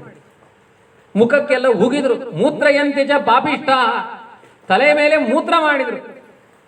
ಅವಾಗ ಅವನು ಹೇಳುವ ಮಾತು, ಸುಖಸ್ಯ ದುಃಖಸ್ಯ ನಕೋಪಿ ದಾತ ಪರೋದದಾತೀತಿ ಕುಬುದ್ಧಿರೇಶ. ನನ್ನ ಸುಖಕ್ಕೆ ಅವನು ಕಾರಣ ಅಲ್ಲ ಅಂದಮೇಲೆ ನನ್ನ ದುಃಖಕ್ಕೂ ಅವನು ಕಾರಣ ಅಲ್ಲ. ನಾನೇನೋ ಪಾಪ ಮಾಡಿದ್ದೇನೆ. ಕೆಲವೊಮ್ಮೆ ಕೆಲವರು ಶನಿ ಅಂತ ಬೈಯೋದು. ಯಾಕೆ ಶನಿಯನ್ನು ಬೈತೀರಿ? ಮಂಗಳ, ಅವನಿಗೆ ಕೇತು ಗ್ರಹಣ, ಯಾಕೆ ಬೈತೀರಿ ಗ್ರಹಗಳನ್ನ? ಗ್ರಹಗಳು ನಮಗೆ ಕೆಟ್ಟದು ಮಾಡೋದಲ್ಲ. ಗಾಡಿಲಿ ಹೋಗ್ತಾ ಇರ್ತೇವೆ, ರೆಡ್ ಲೈಟ್ ಬಂತು, ಸಿಗ್ನಲ್ ಲೈಟ್ ಬಂತು, ಕಲ್ ತಗೊಂಡು ಹೊಡಿತೀರಾ ಅದಕ್ಕೆ? ನಾನು ಅರ್ಜೆಂಟಲ್ಲಿದ್ದೆ, ರೆಡ್ ಲೈಟ್ ಬಂತು, ಅನ್ಯಾಯ, ಕಲ್ ತಗೊಂಡು ಹೊಡಿತೀರಾ? ಅಥವಾ ಗ್ರೀನ್ ಲೈಟ್ ಬಂತು, ಅದಕ್ಕೆ ಮಾಲೆ ಹಾಕಿ ಸನ್ಮಾನ ಮಾಡ್ತೀರಾ? ಇನ್ನು ಮುಂದೆ ಹೋದ್ರೆ ಆಪತ್ತಿದೆ ಎನ್ನುವ ಸೂಚನೆ ಮಾತ್ರ ರೆಡ್ ಲೈಟ್ ಮಾಡಿದ್ದಷ್ಟೇ. ಈ ನವಗ್ರಹ ದೇವತೆಗಳು ಕೂಡ ನಮ್ಮ ಬದುಕಿನ ಸುಖ ದುಃಖಗಳ ಸೂಚಕರಷ್ಟೇ ವಿನಃ ಅವರು ಕಾರಕರಲ್ಲ. ಯಾರೂ ನಮಗೆ ಸುಖ ಕೊಡುವ ಸಾಮರ್ಥ್ಯವೂ ಇಲ್ಲ, ದುಃಖ ಕೊಡುವ ಸಾಮರ್ಥ್ಯವೂ ಇಲ್ಲ. ಸುಖಂ ಈಶೇಚ್ಛಯ ಅಂದ್ರೋಣ, ದುಃಖಂ ಚಾಪಿ ತದಿಚ್ಛಯ. ದೇವರ ಅಧೀನವಾಗಿದೆ ಸುಖ ದುಃಖಗಳು. ಇವತ್ತು ಇಷ್ಟು ಸುಖ ಕೊಡಬೇಕು ಅಂತ ದೇವರು ಸಂಕಲ್ಪ ಮಾಡಿದರೆ ಆ ಸುಖವನ್ನ ಯಾರಿಂದಲೂ ತಪ್ಪಿಸಲಿಕ್ಕೆ ಸಾಧ್ಯ ಇಲ್ಲ. ವಿಶ್ವಾಮಿತ್ರರು ವಸಿಷ್ಠರಿಗೆ ತುಂಬ ಉಪದ್ರವ ಕೊಟ್ರಂತ. ಹೆಂಡತಿ ಮಕ್ಕಳು ಎಲ್ಲರಿಗೂ ಉಪದ್ರವ ಕೊಟ್ಟರು. ನಾನು ಬದುಕಬಾರದು ಅಂತ ಪತ್ರ ಬರೆದಿಟ್ಟು ಆತ್ಮಹತ್ಯೆ ಕೆಲವರು ಶರಣಾಗ್ತಾರಲ್ಲ, ಹಿಮಾಲಯದ ಮೇಲೆ ಹತ್ತಿ ವಸಿಷ್ಠರು ವಿಶ್ವಾಮಿತ್ರರ ಉಪದ್ರವದಿಂದ ಆತ್ಮಹತ್ಯೆ ಮಾಡಿಕೊಳ್ತಾ ಇದ್ದೇನೆ ಅಂತ ಒಂದು ಪತ್ರ. ಎಂಥ ದೊಡ್ಡ ಋಷಿಗಳು, ಸಾವಿರಾರು ಜನಗಳ ಕಷ್ಟ ಪರಿಹಾರ ಮಾಡಿದವರು. ಮಹಾಭಾರತದ ಒಂದು ಕಥೆ ಇದೆ, ನೀವು ತುಂಬ ಕತೆ ಕೇಳಲಿಕ್ಕೆ ಉಂಟಿನ್ನು. ಭಾಗವತ ಮಂಗಳ ಮಾಡಬೇಡಿ, ಮತ್ತೆ ಕತೆ ಕೇಳಬೇಕು. ನೀವು ಚಂದ ಕತೆ ಕೇಳ್ತೀರಿ. ನೀವು ನಿದ್ದೆ ಮಾಡಿದ್ರೆ ಕತೆ ಕೇಳಿದವರು ನೀವು ಮಾತ್ರ. ಎಲ್ಲ ಕಡೆ ಹೋಗಿ ಹೇಳಲಿಕ್ಕೆ ಉಂಟಿನ್ನು, ಆಯ್ತಾ? ನೀವು ಬರಲಿಲ್ಲ, ನೀವು ಕೇಳಲಿಲ್ಲ ಅಂದರೆ ಮತ್ತೆ ಯಾರಿಗೆ ಹೇಳೋದು? ಈ ಮಹಾಭಾರತ ಎಲ್ಲ ಕೇಳ್ತೀರಾ ಇಲ್ವಾ? ನಾನೇ ಬರ್ತೇನೆ, ಆಯ್ತಾ? ಬೇರೆಯವ್ರನ್ನ ಕರಿಬೋದು, ಅವ್ರು ತುಂಬ ಪರಿಚಯ ಇದ್ದಾರೆ, ಅಭ್ಯಾಸ ಆಗಿದೆ ಅಂತ ಹೇಳಿದೆ. ವಸಿಷ್ಠರು ಹೋದ್ರು ಬೆಟ್ಟದ ಮೇಲೆ, ಆತ್ಮಹತ್ಯೆ ಪತ್ರ ಬರೆದ್ರು. ಸಾಯ್ತೇನೆ ಅಂತ ಗಂಗಾ ನದಿ ರಭಸದಲ್ಲಿ ಹೋಗ್ತಾ ಇದೆ ದೇವಪ್ರಯಾಗ. ಅಲ್ಲೇನಾದ್ರು ಸಿಕ್ಕಾಕೊಂಡ್ರೆ ಉಳಿತಾರ ಯಾರಾದ್ರೂ? ಕರೆಂಟ್ ಸೃಷ್ಟಿಯಾಗುವ ಜಾಗ. ಅಲ್ಲಿ ಹೋಗಿ ದಪ್ಪ ಅಂತ ಹಾರಿದ್ರು. ಗಂಗೆ ಹಾರಿಲ್ಲಂತೆ ಅಲ್ಲಿಂದ. ಈ ವಸಿಷ್ಠರನ್ನ ಕೊಂದ್ರೆ ನನಗೆ ಪಾಪ ಬರುತ್ತೆ. ಹೂವು ಹಾಕಿದಾಗ ಆಯ್ತು. ಅಯ್ಯೋ, ನಾನು ಸಾಯ್ಲಿಲ್ವಾ? ಸಾಯುವ ಯೋಗ ಇಲ್ಲ ಅಂದ್ರೆ ಹಿಮಾಲಯದ ಮೇಲೆ ಹತ್ತಿ ಗಂಗೆಗೆ ಹಾರಿದ್ರು ಸಾಯಲ್ಲ. ಸಾಯುವ ಯೋಗ ಇದ್ರೆ ಬೊಕ್ಷರೆ ಚಾಪರಿಯರು ರಿಮೋಟ್ ಪೊಸೊಂಡೇರು ಟಿವಿ ಆನ್ ಅಂತೀರ ಟಬಕ್ಕ ಪೋನಿಯೇ ಪ್ರಾಣ ಪೋನ್ ಎಷ್ಟು ಸುಲಭವಾಗಿ ಹೋಗುತ್ತೆ. ಹಿಮಾಲಯದಿಂದ ಹಾರಿದ ವಸಿಷ್ಠರ ಪ್ರಾಣ ಹೋಗಲಿಲ್ಲ, ಇವರು ಚಾ ಕುಡಿತಾ ಟಕ್ಕ ಪ್ರಾಣ ಹೋಯ್ತು ಅಂದ್ರೆ ಏನು ಕತೆ? ಸುರ್ರ ಅಂದ್ರೆ ಪ್ರಾಣ ಕೊತ್ಸಕ್ಕಂತ. ಹೇಗಿದೆ ಕತೆ? ಹಾಗಾದ್ರೆ ಯಾರು ನಮ್ಮ ಜೀವನದ ಸುಖ ದುಃಖಗಳ ನೇತಾರರು? ಯಾರು? ಅದು ದೇವರು ಅನ್ನೋ ಎಚ್ಚರ ಇರಲಿ. ನಾವೇನ್ ಮಾಡ್ತೇವೆ? 4 ಜನ ನಮ್ಗೆ ಅನ್ಯಾಯ ಮಾಡಿದ್ರೆ ಆಯ್ ಒಳ್ಳೆಯತ ಮುಗೀತು ಜೀವನ ಪೂರ್ತಿ ಅವನ ಬಗ್ಗೆಯೇ ಬುದ್ಧಿಯೆಲ್ಲ ಇನ್ವೆಸ್ಟ್ಮೆಂಟ್, ಅವನ ಬೈಯೋದ್ರಲ್ಲಿ ನಮ್ಮ ಜೀವನದ ಸಾರ್ಥಕತೆ. ಯಾರಾದ್ರೂ ಅವನು ಬೈ ಅಂದಂದು ಅಂಜನೆ ಮುಗೀತು. ಅದರ ಬಗ್ಗೆ ಅವರಿಗೆ ಆವೇಶ ಏನು, ದದ್ದರ ಬರುವುದೇನೋ, ಅವ್ರ ದೇಹದಲ್ಲಿ ನಡುವುದೇನು, ಇನ್ನು ಕೆಲವರನ್ನ ಪ್ರೀತಿ ಮಾಡೋದೇನು. ಕೆಲವರು ಮೊದಲೇ ಹೋಗಿ ಒಂದು ಖರ್ಚೀಪ್ ಹಾಕಿಟ್ಟಿರೋದು. ಯಾಕೆಂದ್ರೆ ನನಗೆ ಆಗದೇ ಇದ್ದವರೊಬ್ಬರಿದ್ದಾರೆ, ಅವರೆಲ್ಲಾದ್ರೂ ಬಂದು ಕೂತ್ರೆ ಅದಕ್ಕೆ ಒಂದು ಖರ್ಚೀಪ್ ಹಾಕಿಟ್ಟಿರೋದು. ಒಂದು ಬಸ್ಸಲ್ಲಿ ಹೋಗಿ ಹೋದ್ರೆ ಒಂದು ಖರ್ಚೀಪು, ಊಟದಲ್ಲಿ ಹೋಗಿ ಹೋದ್ರೆ ಒಂದು ಖರ್ಚೀಪು, ಪ್ರವಚನದಲ್ಲಿ ಒಂದು ಸೀಟುಗಳ ಖಾಲಿ ಇರುತ್ತೆ ಬಿಡಿ, ಅಲ್ಲಿ ಖರ್ಚೀಪು ಬೇಕಾಗಿಲ್ಲ, ಎಕ್ಸ್ಟ್ರಾ ಚೇರ್ ಉಂಟಿಲ್ಲಿ, ಅಲ್ಲಿ ಖರ್ಚೀಪು. ಯಾಕೆ? ಯಾರು ಹೇಳುದು? ಇಲ್ಲ ಇದು ಬುಕ್ ಆಗಿದೆ, ನೀವು ಬನ್ನಿ ನೀವು ಬನ್ನಿ. ಅವ್ರು ಬಸ್ ಸ್ಟ್ಯಾಂಡ್ ಅಲ್ಲಿ ಯಾರಿದ್ದಾರೆ ಗೊತ್ತಿಲ್ಲ, ಅವ್ರನ್ನ ಪಕ್ಕದ ಕೂರಿಸ್ಕೊಳ್ಳೋರು. ಅವ್ರು ಕೂತ್ಕೊಂಡ ಮೇಲೆ ಗೊತ್ತಾಗುತ್ತೆ. ಅವರು ಹುಬ್ಬಳ್ಳಿ ಧಾರವಾಡ ಭಾಷೆ ಶುರು ಮಾಡ್ತಾರೆ, ಕಚಪಚ ಕಚಪಚ. ಕೊನೆಗೆ ಇವರೇ ಸೀಟು ಬಿಟ್ಟು ಎದ್ದು ಹೋಗ್ಬೇಕಾಗುತ್ತೆ. ನಿಮ್ಮ ಜೀವನದಲ್ಲಿ ಈ ಶತ್ರುಗಳು ಈ ಮಿತ್ರರು ಅಂತ ಕಟ್ಟಿಕೊಂಡ್ರೆ ನೀವು ಯಾವ ಗುರಿಯನ್ನು ಮುಟ್ಲಿಕ್ಕಾಗಲ್ಲ. ಬದಿಗಿಡಿ ಅದನ್ನೆಲ್ಲ ಡಸ್ಟ್ಬಿನ್ ಅಲ್ಲಿ ಬೀಸಾಕಿ. ಅವ್ರು ಯಾರು ನಮಗೆ ಕಾರಣ ಅಲ್ಲ. ಶತ್ರು ಯಾರು ಗೊತ್ತಾ? ಸತ್ಯ ಹೇಳಬೇಕಾ? ದೇವರೇ ನಮಗೆ ಶತ್ರು. ಮಿತ್ರ ಯಾರು ಗೊತ್ತಾ? ದೇವರೇ ನಮಗೆ ಮಿತ್ರ. ಅದಕ್ಕೇನ್ ಮಾಡ್ಬೇಕು? ಅನ್ಯಥಾ ಚರಣಂನಾಥಿಂದ ದೇವರ ಪಾದ ಬೀಳು. ದೇವರೇ ನೀನು ಅವನಲ್ಲಿ ಕುಳಿತು ನನಗೆ ಶತ್ರು ಆಗ್ಬೇಡ. ಅವನ ಹತ್ರ ಹೋಗಿ ಕೇಳಿ. ಕೆಲವರು ಹೇಳ್ತಾರೆ ಆಯ್ನ ಸೂಂಡ ಆಪುರಿ ಅಂತ. ಯಾಕೆ ಸುಂಡ ಆಪುರಿ? ಏನಾದ್ರು ಅನ್ಯಾಯ ಮಾಡಿದ ಅವ್ ಜಾಯ್ ಅಂತ ಗೊತ್ತಿದ್ದಿ ಸುರುತಿ ದುಮ್ಮದಿಂಚೆ ಅಂಚನೆ ఆయన ಸುಂಡ ಆಪುರಿ ಅಂತ. ಅವನೇನೋ ಅನ್ಯಾಯ ಮಾಡಿಲ್ಲ, ಅವನ ಕಂಡ್ರೆ ಆಗಲ್ಲ ಇವರಿಗೆ. ಯಾಕೆ ಆಗಲ್ಲ? ಅದು ಹಿಂದಿನ ಜನ್ಮದ ಶತ್ರು. ಏನೋ ಇದೆ ಅಲ್ಲಿ. ದೇವರಲ್ಲಿ ಕೆಲವರಿಗೆ ವಿಮುಖನಾಗಿ ಕೂತಿದ್ದಾನೆ, ಕೆಲವರಿಗೆ ಅನುಕೂಲನಾಗಿ ಕೂತಿದ್ದಾನೆ. ಹಾಗಾಗಿ ಅಲ್ಲಿ ಶತ್ರುತ್ವ ಮಿತ್ರತ್ವ ಅನ್ನೋದು ವ್ಯಕ್ತಿಗಳಲ್ಲಿ ಇಲ್ಲ. ನಾವು ಭ್ರಾಂತರಾಗಿ ಏನ್ ಮಾಡ್ತೇವೆ ಅಂದ್ರೆ ವ್ಯಕ್ತಿಯ ನಿಂದನೆಯಲ್ಲೇ ನಮ್ಮ ಬದುಕನ್ನು ಇನ್ವೆಸ್ಟ್ ಮಾಡ್ತೇವೆ, ವ್ಯಕ್ತಿಯ ಪ್ರಶಂಸೆಯಲ್ಲೇ ನಮ್ಮ ಬದುಕನ್ನು ಕಳಿತೇವೆ. ಯಾವ ವ್ಯಕ್ತಿಯನ್ನು ಹೊಗಳಿಕ್ಕೆ ಹೋಗಬೇಡಿ, ಯಾವ ವ್ಯಕ್ತಿಯನ್ನು ದೂಷಣೆ ಮಾಡ್ಲಿಕ್ಕೂ ಹೋಗಬೇಡಿ. ಇದೇ ನಿಜವಾದ ಭಾಗವತ. ಯಾವ ದೇವತೆಗಳನ್ನು ಹೊಗಳಿದ್ರು ಕೂಡ ಅದರ ಒಳಗಡೆ ಆ ದೇವರ ಶಕ್ತಿ. ಸೂರ್ಯ ಇಷ್ಟು ಬೆಳಕನ್ನು ಕೊಡ್ತಾ ಇದ್ದಾನೆ, ಹೇಗೆ ಕೊಡ್ತಾನೆ? ನೈವರಾಜನ್ ರವೇ ಶಕ್ತಿ ಶಕ್ತಿರ್ ನಾರಾಯಣ ಸಿಹಿ. ಒಂದು ಬಲ್ಪ್ ನಿಮ್ಮ ಮನೆಯಲ್ಲಿ ಬೆಳಗುತ್ತಾ ಇದೆ ಅಂತ, ಬಲ್ಪ್ ಎಷ್ಟು ಒಳ್ಳೆಯದು, ನಮ್ಮ ಮನೆಗೆ ಬೆಳಕು ಕೊಡುತ್ತೆ ಅಂತ ಹೊಗಳ್ತೀರಾ? KEB-ನ ಹೊಗಳ್ತೀರಾ ಯಾವಾಗಲೂ ಕರೆಂಟ್ ಕೊಡ್ತಾ ಇದ್ದಾರೆ ಅಂತ? ಬಲ್ಪಿನ ಪ್ರಭಾವ ಅಲ್ಲ, ಬಲ್ಪು ಒಂದು ಮಾಧ್ಯಮ ಅಷ್ಟೇ. ಬೆಳಕು ಕೊಡುವುದು ವಿದ್ಯುತ್ತು. ಹಾಗೆ ಜಗತ್ತಿನ ಎಲ್ಲಾ ದೇವತೆಗಳು ಒಂದು ಬಲ್ಪಿನ ಹಾಗೆ. ವಿದ್ಯುತ್ ಯಾರು? ಪರಮಾತ್ಮ. ಇದನ್ನು ಅರ್ಥ ಮಾಡಿಕೊಂಡ ಅವಧೂತ ಅಷ್ಟು ತಲೆ ಮೇಲೆ ಮಲಮೂತ್ರ ವಿಸರ್ಜನೆ ಮಾಡಿದ್ರು, ಯಾರ ಮೇಲೆ ಅವನಿಗೆ ದ್ವೇಷ ಹುಟ್ಟಲಿಲ್ಲ. ಇದು ಭಾಗವತ ಕೇಳಿದರ ಪರಿಣಾಮ. ನಿಮ್ಮ ಮನಸ್ಸನ್ನು ನಿರ್ಮಲ ಮಾಡಿಕೊಳ್ಳುವ ಉಪಾಯ. ಕೊನೆಗೆ ಅವನು ಹೇಳ್ತಾನೆ, ಉದ್ಧವನಿಗೆ ಕೃಷ್ಣ ಹೇಳ್ತಾನೆ, ನೋಡು ಇದು ನಿನ್ನ ಬದುಕಾಗಬೇಕು. ನಮಗೆ ಯಾರು ಇದನ್ನ ಅನುಷ್ಠಾನ ಮಾಡಿ ತೋರಿಸಿದವನು ಕೃಷ್ಣ ರಾಮಾವತಾರದಲ್ಲಿ. ರಾವಣ ಸತ್ತ, ವಿಭೀಷಣ ಹೇಳ್ತಾನೆ ಎಷ್ಟು ಅನ್ಯಾಯ ಮಾಡಿದ್ದಾನೆ ರಾವಣ. ಸಾವಿರ ಹೆಣ್ಣುಮಕ್ಕಳಿಗೆ ವ್ಯಭಿಚಾರ ಮಾಡಿದವನು, ಜಗದೀಶನಾದ ರಾಮನ ಹೆಂಡತಿಯನ್ನ ಅಪಹಾರ ಮಾಡಿದವನು ರಾವಣ. ಅವನನ್ನು ಕೊಂದಾಯ್ತು, ಒಳ್ಳೇದಾಯ್ತು. ವಿಭೀಷಣನಿಗೆ ಹೇಳಿದ, ಇಲ್ಲ ಅವನಿಗೊಂದು ಪಿಂಡ ಹಾಕ್ಬೇಕು, ನೀನು ತಮ್ಮ ಅಲ್ವಾ, ನೀನು ಅವನಿಗೆ ಅವ್ರದ್ದು ದೈಹಿಕ. ಕುಂಭಕರ್ಣ ಸತ್ತಿದ್ದಾನೆ, ಶೂರ್ಪಣಕ್ಕೆ ಸತ್ತಿದ್ದಾಳೆ, ಅವರೆಲ್ಲ ಸಹೋದರರು ಅವರು.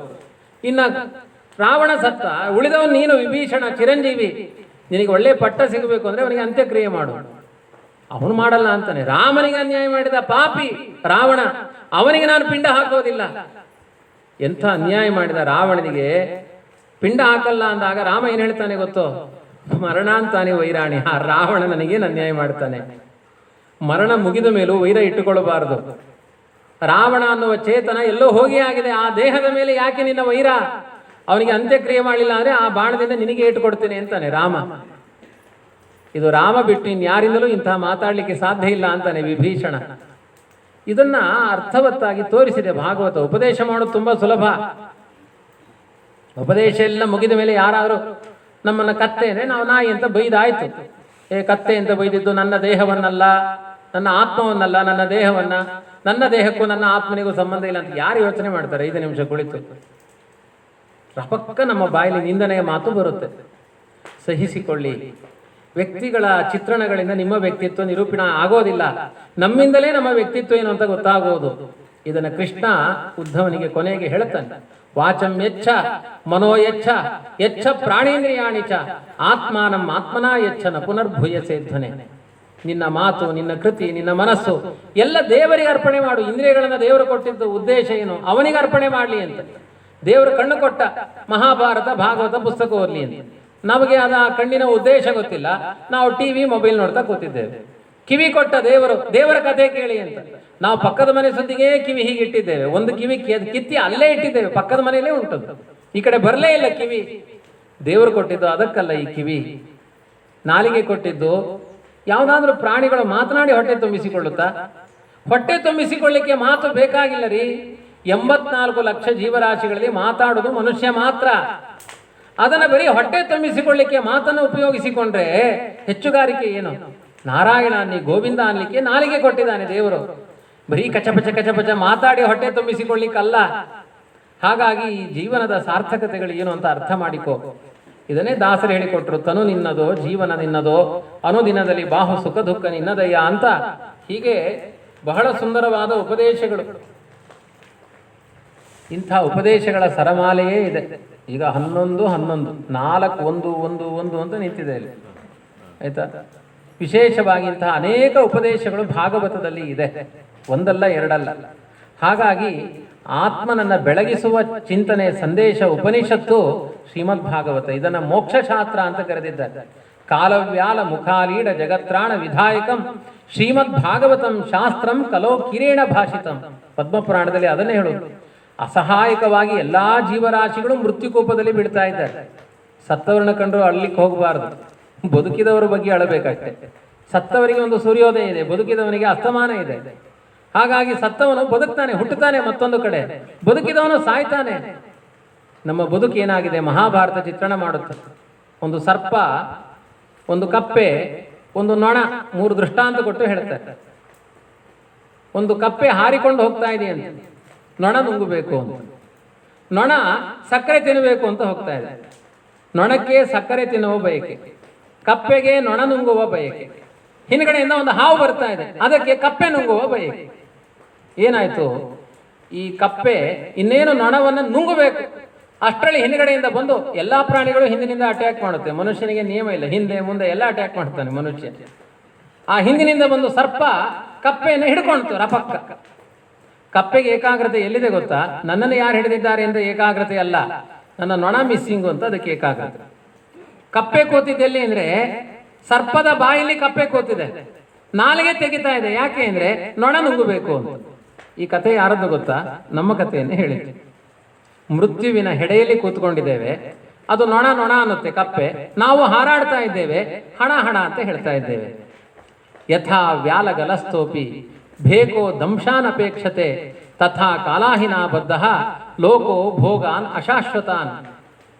ನಮ್ಮದಲ್ಲದೇ ಇರುವ ಪದಾರ್ಥಗಳನ್ನ ಪಡಿಬೇಕು ಅನ್ನುವ ಆಸೆಗಳು, ಅದು ನಾಲಿಗೆ ಜಿಹ್ವೆಯ ಆಸೆ, ನಮ್ಮ ಬುದ್ಧಿಯ ಆಸೆಗಳು, ಕಣ್ಣಿನ ಆಸೆಗಳು, ಇದ್ಯಾವುದು ನಮಗೆ ಪ್ರೇರಕ ಅಲ್ಲ. ಆದ್ರಿಂದ ಶತ್ರುಗಳು ಯಾರು? ನಮ್ಮ ಇಂದ್ರಿಯಗಳೇ ನಮಗೆ ಶತ್ರುಗಳಾಗಿದ್ದಾವೆ. ಈ ಆತ್ಮನಿಗೆ ಬೇಕಾದ ಒಳಿತನ ತೋರಿಸುವುದರಲ್ಲಿ ಅಸಮರ್ಥವಾಗಿದ್ದಾವೆ ಇಂದ್ರಿಯಗಳು.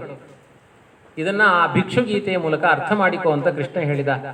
ಆಮೇಲೆ ಮತ್ತೊಂದು ಹೇಳ್ತಾನೆ, ಇನ್ನೊಂದು ಹೆಣ್ಣಿನ ಮೋಹ, ಅದು ಒಳ್ಳೆಯದಲ್ಲ. ಅದು ಹಿಂದೆ ಹೇಳಿ ಆಗಿದೆ ನವಮಸ್ಕಂದದಲ್ಲಿ. ಪುರೂರವ ಅವನನ್ನೇ ಐಲಗೀತ ಅಂತ ಕರೆದಿದ್ದು. ಪುರೂರವ ಊರ್ವಶಿಯ ಮೋಹಕ್ಕೆ ತುತ್ತಾದ, ಯಾವಾಗಲೂ ಹೆಣ್ಣನ್ನೇ ಧ್ಯಾನ ಮಾಡ್ತಾ ಕರ್ತವ್ಯಗಳಿಂದ ವಿಮುಖನಾದ, ಅತಿಯಾದ ಹೆಣ್ಣಿನ ಬಗ್ಗೆ. ಪುರಂದರದಾಸರ ಪದ್ಯ, ಹೆಣ್ಣಿನ ಆಸೆ ಬಿಡಿರೆಂಬೋ ಕಾಗದ ಬಂದಿದೆ, ಮಣ್ಣಿನ ಆಸೆ ಬಿಡಿರೆಂಬೋ ಕಾಗದ ಬಂದಿದೆ, ಹೊನ್ನಿನ ಆಸೆ ಬಿಡಿರೆಂಬೋ ಕಾಗದ ಬಂದಿದೆ. ಮಣ್ಣು, ಬಂಗಾರ, ಹೆಣ್ಣು, ಇದು ಮೂರಿದ್ರೆ ಮೋಕ್ಷ ತಪ್ಪಿ ಹೋಗುತ್ತೆ. ಅದರ ಆಸೆ ಬಿಡಿ. ಕಮಲನಾಭನು ತಾನೇ ಬರೆದ ಕಾಗದ ಬಂದಿದೆ. ಅವನು ಬರೆದ ಕಾಗದ ಯಾವುದು? ಭಾಗವತ ಕಾಗದ ಅಂತ. ಇದನ್ನು ಓದಿಕೊಂಡು ಕಾಲ ಕಳೆಯಿರೋ. ಹಾಳು ಹರಟೆ ಯಾಡಿ ಮನವ ಗೀಳು ಮಾಡಿಕೊಳ್ಳಬೇಡಿ, 7 ದಿನದ ಕಥೆ ಕೇಳಿ ಏಳಿರೋ ವೈಕುಂಠಕ್ಕೆ ಹರಿಯ ನೆನೆಯಿರೋ, ನಮ್ಮ ಹರಿಯ ನೆನೆಯಿರೋ. ಎಷ್ಟು ಪರಪರ ಮಾತನಾಡ್ತೀರಿ. ನಾಲಿಗೆಗೆ 2 ಕೆಲಸ, ಒಂದು ಕುರ್ಕುರೆ, ಇನ್ನೊಂದು ಪರ್ಪರೆ. ತಿಂತಾ ಇರಬೇಕು, ಮಾತಾಡ್ತಾ ಇರಬೇಕು. ತಿಂತಾ ಮಾತಾಡ್ತಾ ಇರೋದು. ತಿನ್ಬೇಕಾದ್ರೆ ಯಾವ್ದಾದ್ರೂ ಪ್ರಾಣಿ ಪಕ್ಷಿ ಮಾತಾಡುತ್ತಾ? ಮನುಷ್ಯ ಆಗಲ್ಲ. ತಿಂತಾ ಮಾತಾಡ್ತಾ ಇರಬೇಕು, ವಟ ವಟ ವಟ ವಟ ಅಂತ ಇರ್ತಾನೆ. ಇದು ಜೀವನದ ಸಾರ್ಥಕತೆ ಅಲ್ಲ.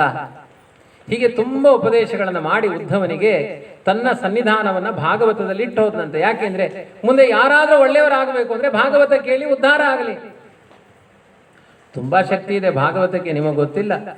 ಇನ್ನೆಲ್ಲ ಬಿಡ್ತೀರಿ ನೀವು, ಮನೆ ಬೇಡ ಅನ್ಸುತ್ತೆ, ಸಂಸಾರ ಬೇಡ, ಸಂಪತ್ತು ಬೇಡ, ಎಲ್ಲ ವೈರಾಗ್ಯ ಬರುತ್ತೆ. ಇನ್ನು ಸಂಪಾದನೆಗೆ ಹೋಗಲ್ಲ ನೀವು, ವೈರಾಗ್ಯದ ಕಡೆ ಹೋಗ್ಬೇಕೀಗ. ಮೊದಲೇ ಗೊತ್ತಿದ್ರೆ ಬರ್ತಾನೆ ಇರಲಿಲ್ಲ ಅಂತ ಅನ್ಬೇಕು ನೀವು.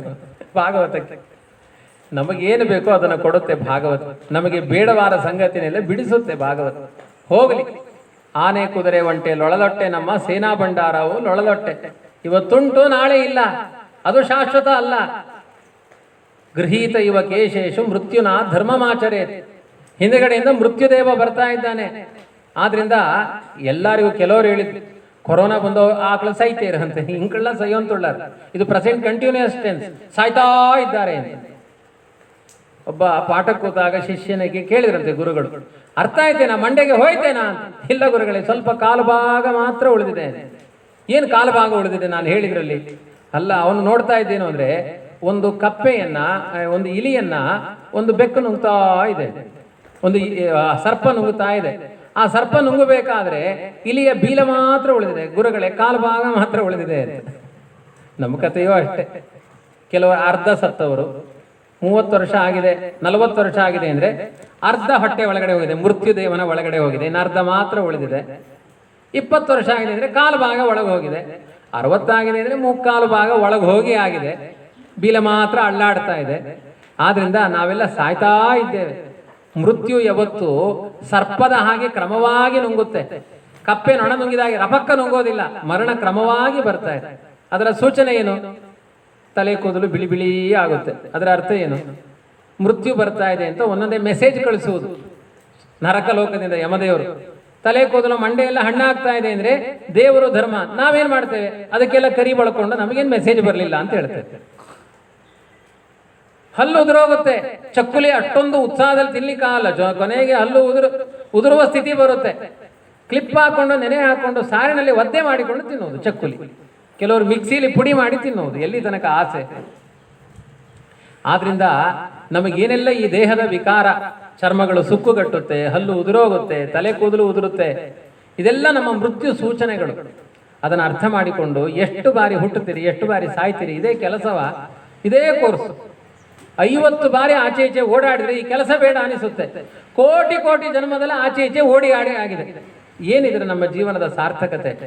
ಎಲ್ಲವನ್ನೂ ಮೀರಿದ ಅತಿಶಯವಾದ ಒಂದು ಭಗವಂತನ ಪ್ರಜ್ಞೆಯನ್ನು ಉಳಿಸಿಕೊಂಡ್ರೆ ಮಾನವ ಜನ್ಮ ಸಾರ್ಥಕವಾಗುತ್ತೆ ಎನ್ನುವ ವಿಚಾರವನ್ನ ಚೆನ್ನಾಗಿ ಅರ್ಥ ಮಾಡಿಸಿದರು ಶುಕಾಚಾರ್ಯರು ಪರೀಕ್ಷಿತ ರಾಜನಿಗೆ. ಅವನಿಗೆ ಧೈರ್ಯ ಬಂತು, ಇನ್ನು ನಾನು ಸತ್ರ ತೊಂದರೆ ಇಲ್ಲ, ನಾನು ಹೋಗೋದು ಒಳ್ಳೆ ಜಾಗಕ್ಕೆ ಅಂತ ಧೈರ್ಯ ಬಂತು ಅವನಿಗೆ. ಶುಕಾಚಾರ್ಯರಿಗೆ ಅನ್ನಿಸ್ತು, ಇಷ್ಟು ಧೈರ್ಯ ಬಂದ ಮೇಲೆ ಇನ್ನು ನಾನಿರುವ ಅಗತ್ಯ ಇಲ್ಲ ಅಂತ. ಕೃಷ್ಣನೂ ಪರಂಧಾಮಕ್ಕೆ ತೆರಳಿದ್ದಾನೆ, ನಾನು ಪರಂಧಾಮಕ್ಕೆ ತೆರಳುತ್ತೇನೆ ಅಂತ ಶುಕಾಚಾರ್ಯರು ಪ್ರವಚನ ಕೇಳೋರಿಗಿಂತ ಮೊದಲೇ ಪ್ರವಚನ ಹೇಳುವ ಭಟ್ರು ಹೊರಟು ಹೋದ್ರು. ಅಂತ ಸ್ಥಿತಿ ಇವತ್ತು ಕಲಿಯುಗ.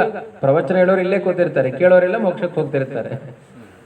ಯಾಕೆಂದ್ರೆ ಅವ್ರು ಬ್ಯಾಗ್ ಹಿಡ್ಕೊಂಡು ಬಂದಿದ್ದಾರೆ, ದಕ್ಷಿಣೆ ತುಂಬಿಕೊಂಡು ಹೋಗಬೇಕು ಅಂತ.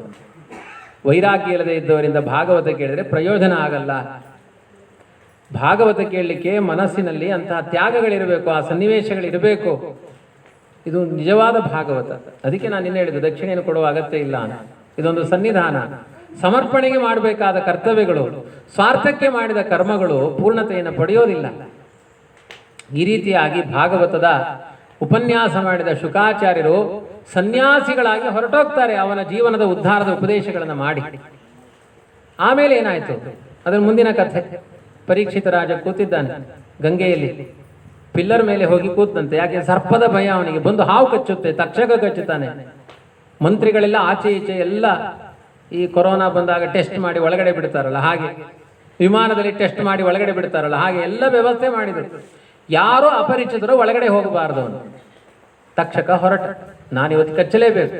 ಅವನಿಗೆ ವರ ಉಂಟು, ಒಂದು ರೀತಿ ತಕ್ಷಕನಿಗೆ ವರ, ಪರೀಕ್ಷಿತನಿಗೆ ಶಾಪ. ಬ್ರಾಹ್ಮಣನ ಹೋಗಿ ಕಚ್ಚು ಅನ್ನೋ ವರ ಇದೆ ಅವನಿಗೆ. ಹೊರಟ ಅವ ದಾರಿಯಲ್ಲಿ ಒಬ್ಬ ಬ್ರಾಹ್ಮಣ ಸಿಕ್ಕಿದ, ಕಾಶ್ಯಪ ಅಂತ. ನೀನು ಎಲ್ಲಿಗೆ ಹೋಗುವುದು? ಅಲ್ಲಿ ಒಂದು ಕಾರ್ಯಕ್ರಮ ನಡೀತಾ ಇದೆ ಭಾಗವತ, ಕೊನೆಗೆ ಬಂದು ತಕ್ಷಕ ಕಚ್ಚಿತಾನಂತೆ. ಯಾರು ತಕ್ಷಕ ಕಚ್ಚಿದ ಮೇಲೆ ಪರೀಕ್ಷಿತನನ್ನ ಬದುಕಿಸ್ತಾರೆ ಅವರಿಗೆ ಅರ್ಧ ರಾಜ್ಯವನ್ನು ಕೊಡ್ತಾರೆ ಅಂತ ಅನೌನ್ಸ್ ಮಾಡಿದ್ದಾರೆ. ಅದಕ್ಕೆ ಹೋಗ್ತಾ ಇದ್ದೇನೆ. ಸಂಪತ್ತು ಕೊಡ್ತಾರಂತೆ. ತುಂಬ ದಕ್ಷಿಣೆ ಕೊಡ್ತಾರಂತೆ. ಕಾಶ್ಯಪ ಬ್ರಾಹ್ಮಣ ಹೇಳಿದ, ತಕ್ಷಕ ಕೇಳಿದ, ನನ್ನ ಕೆಲಸ ಎಲ್ಲ ಎಡವಟ್ಟಾಗುತ್ತೆ, ನೀನು ಬಂದರೆ ನಾನು ಸಾಯಿಸಲಿಕ್ಕೆ ಹೋಗ್ತಾ ಇದ್ದೆ, ನಿನ್ನ ಬದುಕಿಸಲಿಕ್ಕೆ ಬರ್ತಾ ಇದ್ದೆ, ಸಂಜೀವಿನಿ ವಿದ್ಯೆ ಇದೆ, ನಿನ್ನಲ್ಲಿ ವಿದ್ಯೆ ಇರೋದು ಹೌದಾ? ಹೌದು. ತಕ್ಷಕ ಹೇಳ್ತಾನೆ, ನಾನೇ ತಕ್ಷಕ, ಇಲ್ಲೊಂದು ಮರ ಇದೆ, ಇದನ್ನು ಕಚ್ಚುತ್ತೇನೆ, ಅದು ಭಸ್ಮ ಆಗುತ್ತೆ, ನಿನ್ನ ವಿದ್ಯೆ ತೋರಿಸು ಒಂದು. ಕಚ್ಚು ಒಂದು ದೊಡ್ಡ ಆಲದ ಮರ, ಅಗಿದ ತಕ್ಷಕ ಭಸ್ಮ ಆಗಿ ಉರಿದು ಬೀಳ್ತು. ಇವನು ಮಂತ್ರ ಜಪ ಮಾಡಿ ಮಣ ಮಂತ್ರ ಹೇಳಿ ಠಕ್ಕ ಪ್ರೋಕ್ಷಣೆ ಮಾಡಿದ. ಅದು ಅಂಕುರ ಆಯ್ತು, ಮರ ಆಯ್ತು, ಗಿಡ ಆಯ್ತು, ಠಕ್ ಅಂತ ಆಗಿ ಅದೇ ಆಲದ ಮರ. ಆಲದ ಮರದ ಮೇಲೆ ಒಬ್ಬ ತಕ್ಷಕ ಇವನು ಅಂತ ಗೊತ್ತಾದ ಮೇಲೆ ಒಬ್ಬ ಮರ ಕಡಿಯೋನು ಹೆದರಿಕೊಂಡು ಹಾವು ಬಂತು ಅಂತ ಮರ ಹತ್ತಿ ಕೂತಿದ್ದಂತೆ. ಕಚ್ಚಿದಾಗ ಅವನು ಸತ್ತೋದ, ಅವನು ಮಂತ್ರದ ನೀರು ಹಾಕಿದಾಗ ಅವನು ಬದುಕಿದ. ಈ ಸುದ್ದಿಯಲ್ಲಿ ಹೇಳಿದ್ದ ಅವನು, ಕತೆ ಹೇಳಿದ್ದ ಅವನು. ತಕ್ಷಕನ ಪ್ರಭಾವ ಇದು, ಬ್ರಾಹ್ಮಣನ ಪ್ರಭಾವ ಇದು. ತಕ್ಷಕನಿಗೆ ಗಾಬರಿ ಆಯ್ತಂತೆ, ಎಂಥ ಮಂತ್ರದ ಬಲ ಇದು. ಅಲ್ಲೇ ದಕ್ಷಿಣೆ ಕೊಟ್ಟನಂತೆ. ಅವ್ರಿಗೆ ಎಷ್ಟು ಕೊಡ್ತಾರೆ, ಅದಕ್ಕಿಂತ ಜಾಸ್ತಿ ನಾನು ಕೊಡ್ತೇನೆ ಅಂತ ದೇವಲೋಕದ ಸುವರ್ಣಗಳನ್ನು ದಾನ ಮಾಡಿದ. ತಕ್ಷಕ ಹೇಳಿದ, ಅಯ್ಯೋ ಅಷ್ಟು ದೊಡ್ಡ ದಕ್ಷಿಣೆ ಇಲ್ಲೇ ಸಿಕ್ಕಾಗ ಅಲ್ಲಿ ತನಗೆ ಯಾಕೆ ಹೋಗ್ತಾರೆ? ಅರ್ಕೇಚಿನ್ ಮಧುವಿಂದ ಕಿಮರ್ಥಂ ಪರ್ವತಂ ರಜೆ. ಅವನಿಗೆ ವಿಪ್ರಶಾಪ ಇದೆಯಪ್ಪ, ಹೇಗಿದ್ರು ಸಾಯಲಿಕ್ಕೆ ತಯಾರಾಗಿದ್ದಾನೆ, ಅವನ ದಕ್ಷಿಣೆ ನನಗೆ ಯಾಕೆ? ಈ ಶಾಪದ ಒಂದು ದಕ್ಷಿಣೆ ನನಗೆ ಬೇಡ ಅಂತ ಅಲ್ಲೇ ತ್ಯಾಗ ಮಾಡಿ ತಕ್ಷಕನ ಹಣ ಹಿಡ್ಕೊಂಡು ಕಾಶ್ಯಪ ಬ್ರಾಹ್ಮಣ ಹೋದ. ತಕ್ಷಕನಿಗೆ ಇನ್ಯಾವ ವಿಘ್ನ ಇಲ್ಲ. ಬಂದ, ಎಲ್ಲರೂ ಸುತ್ತ ನಿಂತಿದ್ದಾರೆ, ಒಳಗಡೆ ಹೋಗ್ಲಿಕ್ಕೆ ಬಿಡ್ತಾ ಇಲ್ಲ. ಯಾರೋ ಇವತ್ತು ಭಾಗವತ ಮಂಗಳ ಅಂತ ಒಂದು ಮಾವಿನ ಹಣ್ಣಿನ ತಟ್ಟೆ ಹಿಡ್ಕೊಂಡು ಹೋಗ್ತಾ ಇದ್ರಂತೆ. ಉಪಾಯ ಮಾಡಿದ, ಈ ಮಾವಿನ ತಟ್ಟೆ ಹಣ್ಣಿನಲ್ಲಿ ಇರುವಂತಹ ಹಣ್ಣಿನ ಬುಡದಲ್ಲಿ ಒಂದು ಕ್ರಿಮಿಯಾಗಿ ಸೇರಿಕೊಳ್ಳಬೇಕು ಅಂತ ತಕ್ಷಕ ಒಂದು ಪುಟ್ಟ ಕ್ರಿಮಿಯಾಗಿ ಹಣ್ಣಿನ ಬುಡದಲ್ಲಿ ಹೋಗಿ ಸೇರಿಕೊಂಡು ಎಲ್ಲ ತಟ್ಟೆ ಇಟ್ಟಿದ್ದಾರೆ. ಒಳಗಡೆ ತಟ್ಟೆಯಲ್ಲಿ ತಕ್ಷಕ ಬಂದಾಯ್ತು. ಭಯೋತ್ಪಾದಕರು ಹೇಗೆಲ್ಲ ಬರ್ತಾರೆ ನಮ್ಗೆ ಗೊತ್ತಿಲ್ಲ. ತಾಜ್ ಮಹಲ್ ಹೋಟೆಲಲ್ಲಿ ಕಾಫಿ ಕೊಡ್ಲಿಕ್ಕೆ ಬಂದವರೇ ಭಯೋತ್ಪಾದಕರಾದ ಕತೆ ಕೇಳಲ್ವಾ? ಹೇಗೇಗೋ ಬರ್ತಾರೆ ಭಯೋತ್ಪಾದಕರು. ಒಳಗಡೆ ಬಂದ ತಕ್ಷಕ. ಪರೀಕ್ಷಿತನಿಗೆ ಆಶ್ಚರ್ಯ ಆಗುತ್ತೆ. ತಟ್ಟೆ ಮೇಲೆ ಒಂದು ಕ್ರಿಮಿ ಕೂತ್ಕೊಂಡು ಕಣ್ಣನ್ನು ಗರ ಗರ ಗರ ತಿರುಗಿಸ್ತಾ ಇದೆ. ಇದು ಎಂಥ ಭಯಾನಕವಾದ ಕ್ರಿಮಿ, ಇದು ಹೇಗೆ ಬಂತು? ಪರೀಕ್ಷಿತನಿಗೆ ಅರ್ಥ ಆಯ್ತು, ಮೃತ್ಯು ರೂಪದಲ್ಲಿ ತಕ್ಷಕನೇ ಬಂದಿದ್ದಾನೆ. ಗೊತ್ತಾಯ್ತು ಅವನಿಗೆ. ನಾನು ಭಾಗವತದ ಅಮೃತಮಯವಾದ ಕಥೆ ಕೇಳಿದವನು. ದೇಹಕ್ಕೆ ಕಚ್ಚಬಹುದು, ಆತ್ಮನಿಗೆ ಕಚ್ಚಲಿಕ್ಕೆ ಆಗಲ್ಲ. ಆತ್ಮನಿಗೆ ಸಾವಿಲ್ಲ, ದೇಹಕ್ಕೆ ಸಾವಿದೆ. ಅರ್ಥ ಮಾಡಿಕೊಂಡ ಪರೀಕ್ಷಿತ ಆ ತಕ್ಷಕ ಕ್ರಿಮಿರೂಪನಾದ ತಕ್ಷಕನನ್ನು ತನ್ನ ದೇಹಕ್ಕೆ ಬಿಟ್ಟುಕೊಂಡ. ಅವನ ಕೆಕ್ಕಿಲಿಗೆ ಬಿಟ್ಟುಕೊಂಡ. ಕಂಠಕ್ಕೆ ಆ ಕ್ರಿಮಿ ಕಚ್ಚಿತು, ಶಾಪ ತಟ್ಟಿತು. ತಕ್ಷಕನ ವಿಷದ ಪ್ರಭಾವದಿಂದ ಆ ಪರೀಕ್ಷಿತನ ದೇಹ ಪತನ ಆಯಿತು. ಪತನ ಆದ್ರೆ ದೇಹ ಸತ್ತಿದ್ದು, ಆತ್ಮ ಭೇಜೆ ಖಗೇಂದ್ರ ಧ್ವಜ ಪಾದ ಮೂಲಂ, ಭಗವಂತನ ಪಾದಕಮಲವನ್ನೇ ಮುಟ್ಟಿದ, ಮೋಕ್ಷಕ್ಕೆ ಹೋದ, ಶಾಶ್ವತವಾದ ಸುಖದ ತಾಣಕ್ಕೆ ಪರೀಕ್ಷಿತ ಹೋದ. ಇಷ್ಟು ಕಥೆ ಹೇಳಿ ಕೊನೆಗೆ ಮಾರ್ಕಾಂಡೇಯರ ಕಥೆ ಹೇಳ್ತಾರೆ. ಯಾಕೆ ಅಂದ್ರೆ, ಅಯ್ಯೋ 7 ದಿನದ ಕಥೆ ಕೇಳಿ ಪರೀಕ್ಷಿತ ಸತ್ನಂತೆ, ನಾವು ಕಥೆ ಕೇಳಲಿಕ್ಕೆ ಹೋದ್ರೆ ನಾವು ಹೋದ್ರೆ ಕಷ್ಟ ಅಂತ. ಈ ತರ ಎಲ್ಲ ಕೆಲವರಿಗೆ ಭ್ರಮೆ ಇದೆ. ಭಾಗವತ ಕಥೆ ಕೇಳಿ ಕೊನೆಗೆ ಪರೀಕ್ಷಿತ ಸತ್ತ, ನಾವು ಭಾಗವತ ಕಥೆ ಕೇಳಿದ್ರೆ ಕೊನೆಗೆ ಹೋಗ್ತೇವಾ ಏನಾ? ಕೆಲವರಿಗೆ ಸಂಶಯ. ಅದಕ್ಕೆ ಈ ಸಂಶಯ ಬರೋದು ಬೇಡ ಅಂತ ವೇದವ್ಯಾಸರು ಭಾಗವತ ಕಥೆ ಕೇಳಿದ್ರಿಂದ, ಅವನು ವಿಷ್ಣು ಭಕ್ತನಾಗಿದ್ರಿಂದ ಮೊದಲನೇ ದಿನವೇ ಸಾಯಬೇಕಾದ ಪರೀಕ್ಷಿತ 7 ದಿನ ಬದುಕಿದ. ಅದಕ್ಕೊಂದು ದೃಷ್ಟಾಂತ ಮಾರ್ಕಾಂಡೇಯರ ಕಥೆ ಹೇಳ್ತಾರೆ. ಮಾರ್ಕಾಂಡೇಯರು ಮೃಕಂಡು ಅನ್ನುವ ಋಷಿಗಳು, ಒಳ್ಳೆ ಬ್ರಹ್ಮಜ್ಞಾನಿ ಮಗ ಬೇಕು ಅಂತ ತಪಸ್ಸು ಮಾಡಿದ್ರು. ಮಗ ಹುಟ್ಟಿದ, ಅವನಿಗೆ ಆಯುಷ್ಯ ಇಲ್ಲ. 5 ವರ್ಷ 5 ತಿಂಗಳು 5 ದಿನ 5 ಗಂಟೆ 5 ನಿಮಿಷ 5 ಸೆಕೆಂಡ್ ಪ್ರಾಣ ಹೋಗುತ್ತೆ ಅಂತ ಗೊತ್ತಾಯ್ತು ಜಾತಕದಲ್ಲಿ. ತಲೆ ಬಿಸಿ ಆಯ್ತು ಅವರಿಗೆ. ಎಲ್ಲಾರ ಹತ್ರ ಹೋಗಿ ಆ ಮಗುವನ್ನು ನಮಸ್ಕಾರ ಮಾಡಿಸುವುದು, ಹಿರಿಯರಿಗೆ ಗುರು ಹಿರಿಯರಿಗೆ ನಮಸ್ಕಾರ ಮಾಡಿಸುವುದು. ಅವರೆಲ್ಲ ಚಿರಂಜೀವೋ ಭವ ಅಂತ ಆಶೀರ್ವಾದ ಮಾಡೋದು. ಕೊನೆಗೆ ನೋಡ್ತಾರೆ, ಈ ಮಗುವಿಗೆ ಆಯುಷ್ಯ ಇಲ್ಲ, ಬಾಯಿಲಿ ಹೇಳಿಬಿಟ್ಟಿದ್ದೇವೆ ಆಶೀರ್ವಾದ ಚಿರಂಜೀವೋ ಭವ ಅಂತ. ಬದುಕುವ ಆಯುಷ್ಯವೇ ಇಲ್ಲ, ನಾವು ಹೇಳಿಬಿಟ್ಟೇವಲ್ಲ. ನೋಡಿ, ದೇವರ ಕಥೆ ಹೇಳೋರಿಗೆ ಆಯುಷ್ಯ ಅಭಿವೃದ್ಧಿ ಆಗುತ್ತೆ, ಕಡಿಮೆ ಆಗಲ್ಲ. ಕೊನೆಗೆ ಬ್ರಹ್ಮದೇವರ ಹತ್ರ ಕರ್ಕೊಂಡು ಹೋಗ್ತಾರೆ ಆ ಮಗುವನ್ನು. ಅವರು ಹೇಳ್ತಾರೆ ಚಿರಂಜೀವೋ ಭವ. ಬಾಕಿ ಋಷಿಗಳೆಲ್ಲ ಉಸಿರು ಬಿಡ್ತಾರೆ, ಅಬ್ಬ ಬ್ರಹ್ಮದೇವರು ಚಿರಂಜೀವೋ ಭವ ಅಂದಮೇಲೆ ನಮ್ಮ ಆಶೀರ್ವಾದ ಫಲಿಸುತ್ತೆ, ತೊಂದರೆ ಇಲ್ಲ. ಬ್ರಹ್ಮದೇವರು ಹೇಳ್ತಾರೆ, ಎಷ್ಟು ಜನ ಜ್ಞಾನಿಗಳನ್ನ ಸೇವೆ ಮಾಡಿದೆ, ಜ್ಞಾನಿಗಳಿಂದ ಒಳ್ಳೊಳ್ಳೆ ವಿಚಾರವನ್ನು ಕೇಳಿಸಿಕೊಂಡಿದೆ. ಹಾಗಾಗಿ ಮೃಕಂಡುವಿನ ಮಗನಾದ ಮಾರ್ಕಾಂಡೇಯ ಅಷ್ಟಾದಶ ಪುರಾಣಗಳಿಗೆ ಅವನು ನೇತಾರ ಋಷಿ ಆಗಲಿ.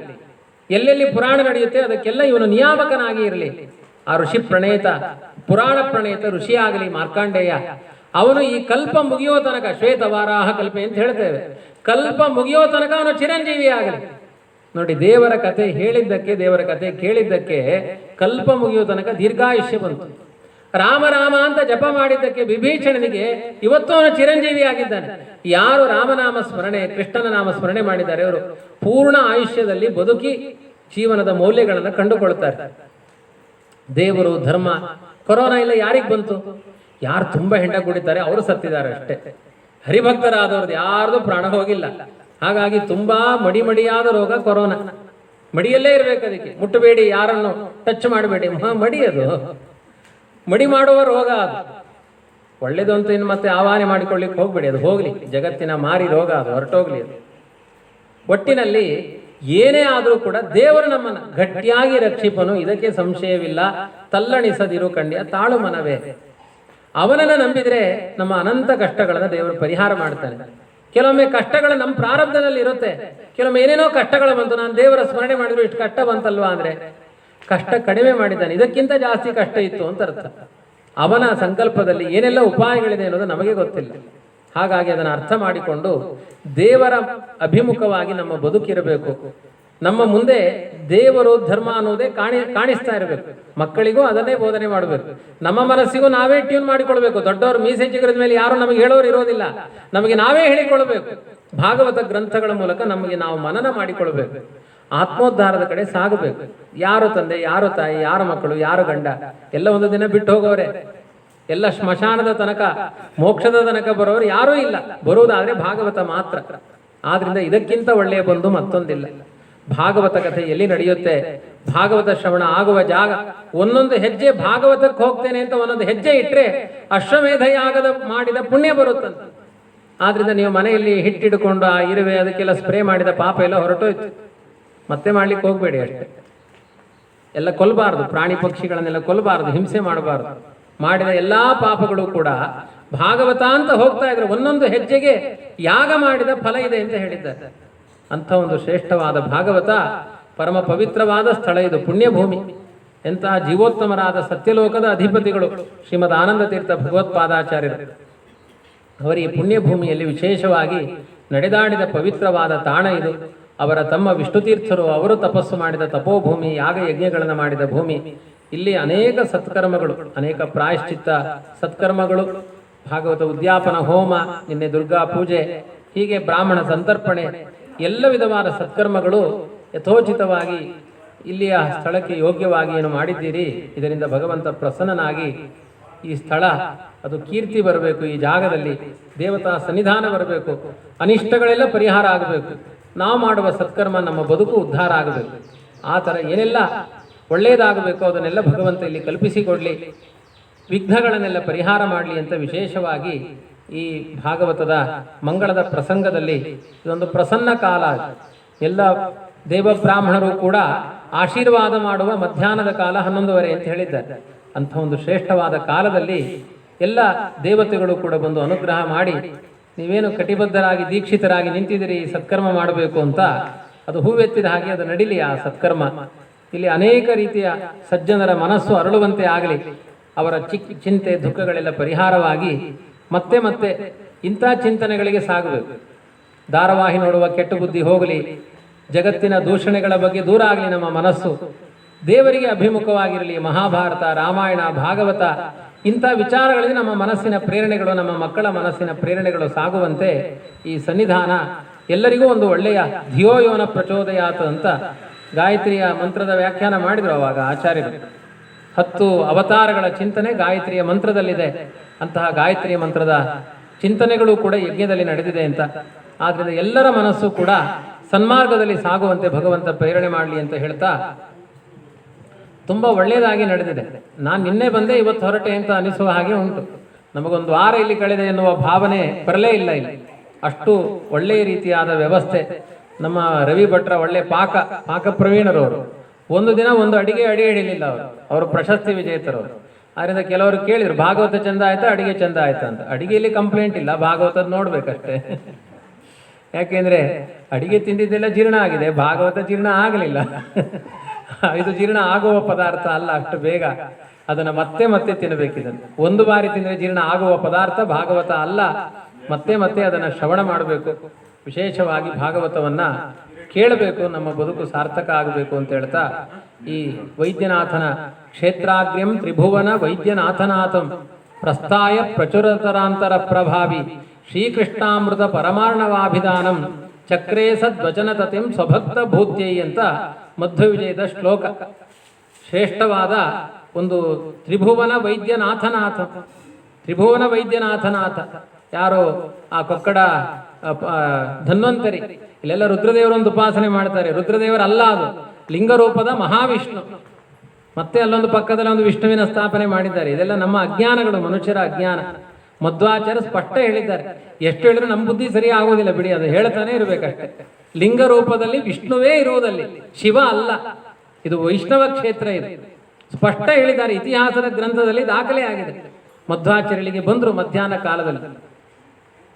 ಇದು ಪುಣ್ಯ ಭೂಮಿ, ಇಲ್ಲೊಂದು ಯಜ್ಞ ಮಾಡಬೇಕು ಅಂತ ಅನಿಸ್ತು ಮಧ್ವಾಚಾರ್ಯರಿಗೆ. ಯಜ್ಞ ಮಾಡಬೇಕು ಅಂತಂದ್ರೆ ಅಲ್ಲಿ ವಿಷ್ಣು ತೀರ್ಥರೆಲ್ಲ ಯಜ್ಞ ಮಾಡಲಿಕ್ಕೆ ತಯಾರಿದ್ದಾರೆ. ಅಲ್ಲಿಯ ಕೆಲವು ಬ್ರಾಹ್ಮಣರನ್ನ ಭೋಜನಕ್ಕೆ ಕರೆದರು ಮಧ್ವಾಚಾರ್ಯರು. ಆದರೆ ಅವರು ಹೇಳಿದರು, ಬ್ರಾಹ್ಮಣರಿಲ್ಲ, ನಮ್ದು ಊಟ ಆಗಿದೆ ಮಧ್ವಾಚಾರ್ಯರೇ, ಇನ್ನು ಊಟ ಮಾಡ್ಲಿಕ್ಕೆ ಆಗಲ್ಲ ನಮ್ಮಿಂದ. 2-3 ಗಂಟೆ ಆಗಿದೆ ಊಟ ಮಾಡಿ.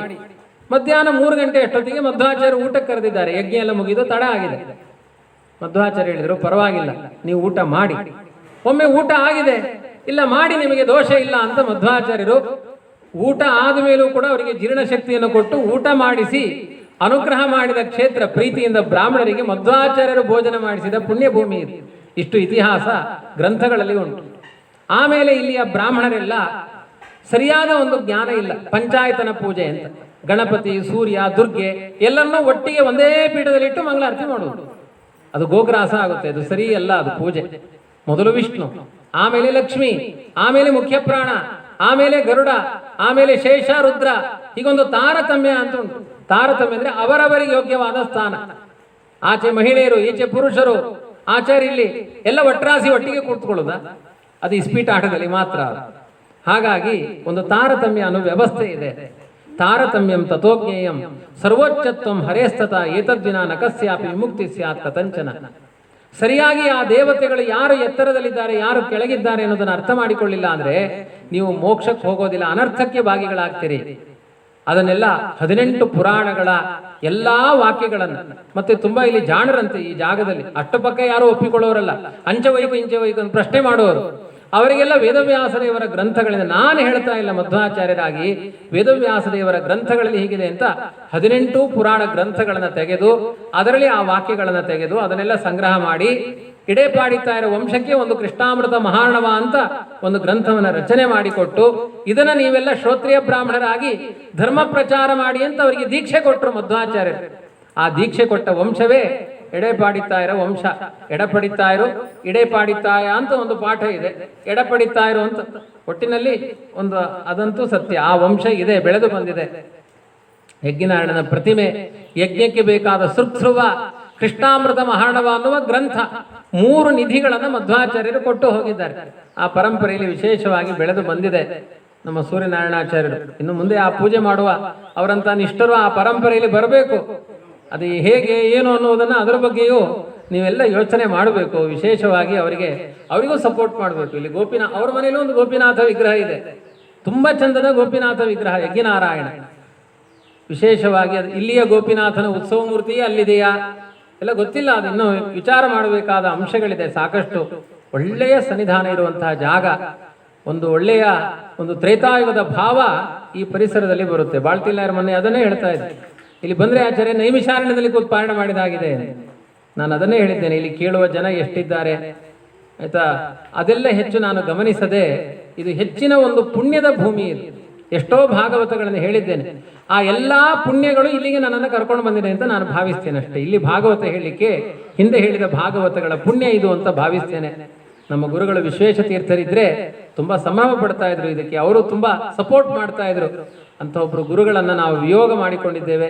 ಆದರೂ ನಮಗೆ ವಿಶೇಷವಾಗಿ ನಮಗೆ ಅನ್ನ ಕೊಟ್ಟವರು, ಬಟ್ಟೆ ಕೊಟ್ಟವರು, ವಿದ್ಯೆ ಕೊಟ್ಟು ಕೊನೆಗೆ ಅನೇಕ ಜನಗಳಿಗೆ ಇಂತಹ ಧರ್ಮಗಳನ್ನು ಉಪದೇಶ ಮಾಡುವಂತ ನನಗೆ 1 ವರ್ಷಗಳ ಕಾಲ ಭಾಗವತ ಪಾಠ ಮಾಡಿದ್ದಾರೆ ನಮ್ಮ ಗುರುಗಳು ವಿಶ್ವೇಶ ತೀರ್ಥರು. ಏನು ಹೇಳಿದ್ದೇನೆ ಎಲ್ಲ ಅವರದ್ದೇ ಉಚ್ಚಿಷ್ಟ, ನಮ್ಮದೇನೂ ಇಲ್ಲ. ನಮ್ಮದೇನು ಅಂದ್ರೆ ಬೇಡದೇ ಇರುವ ದೋಷಗಳು, ಮಧ್ಯದಲ್ಲಿ ಆಡಿದ ಬೇಡದೇ ಇರುವ ಮಾತುಗಳು, ಅದು ನಮ್ಮದು.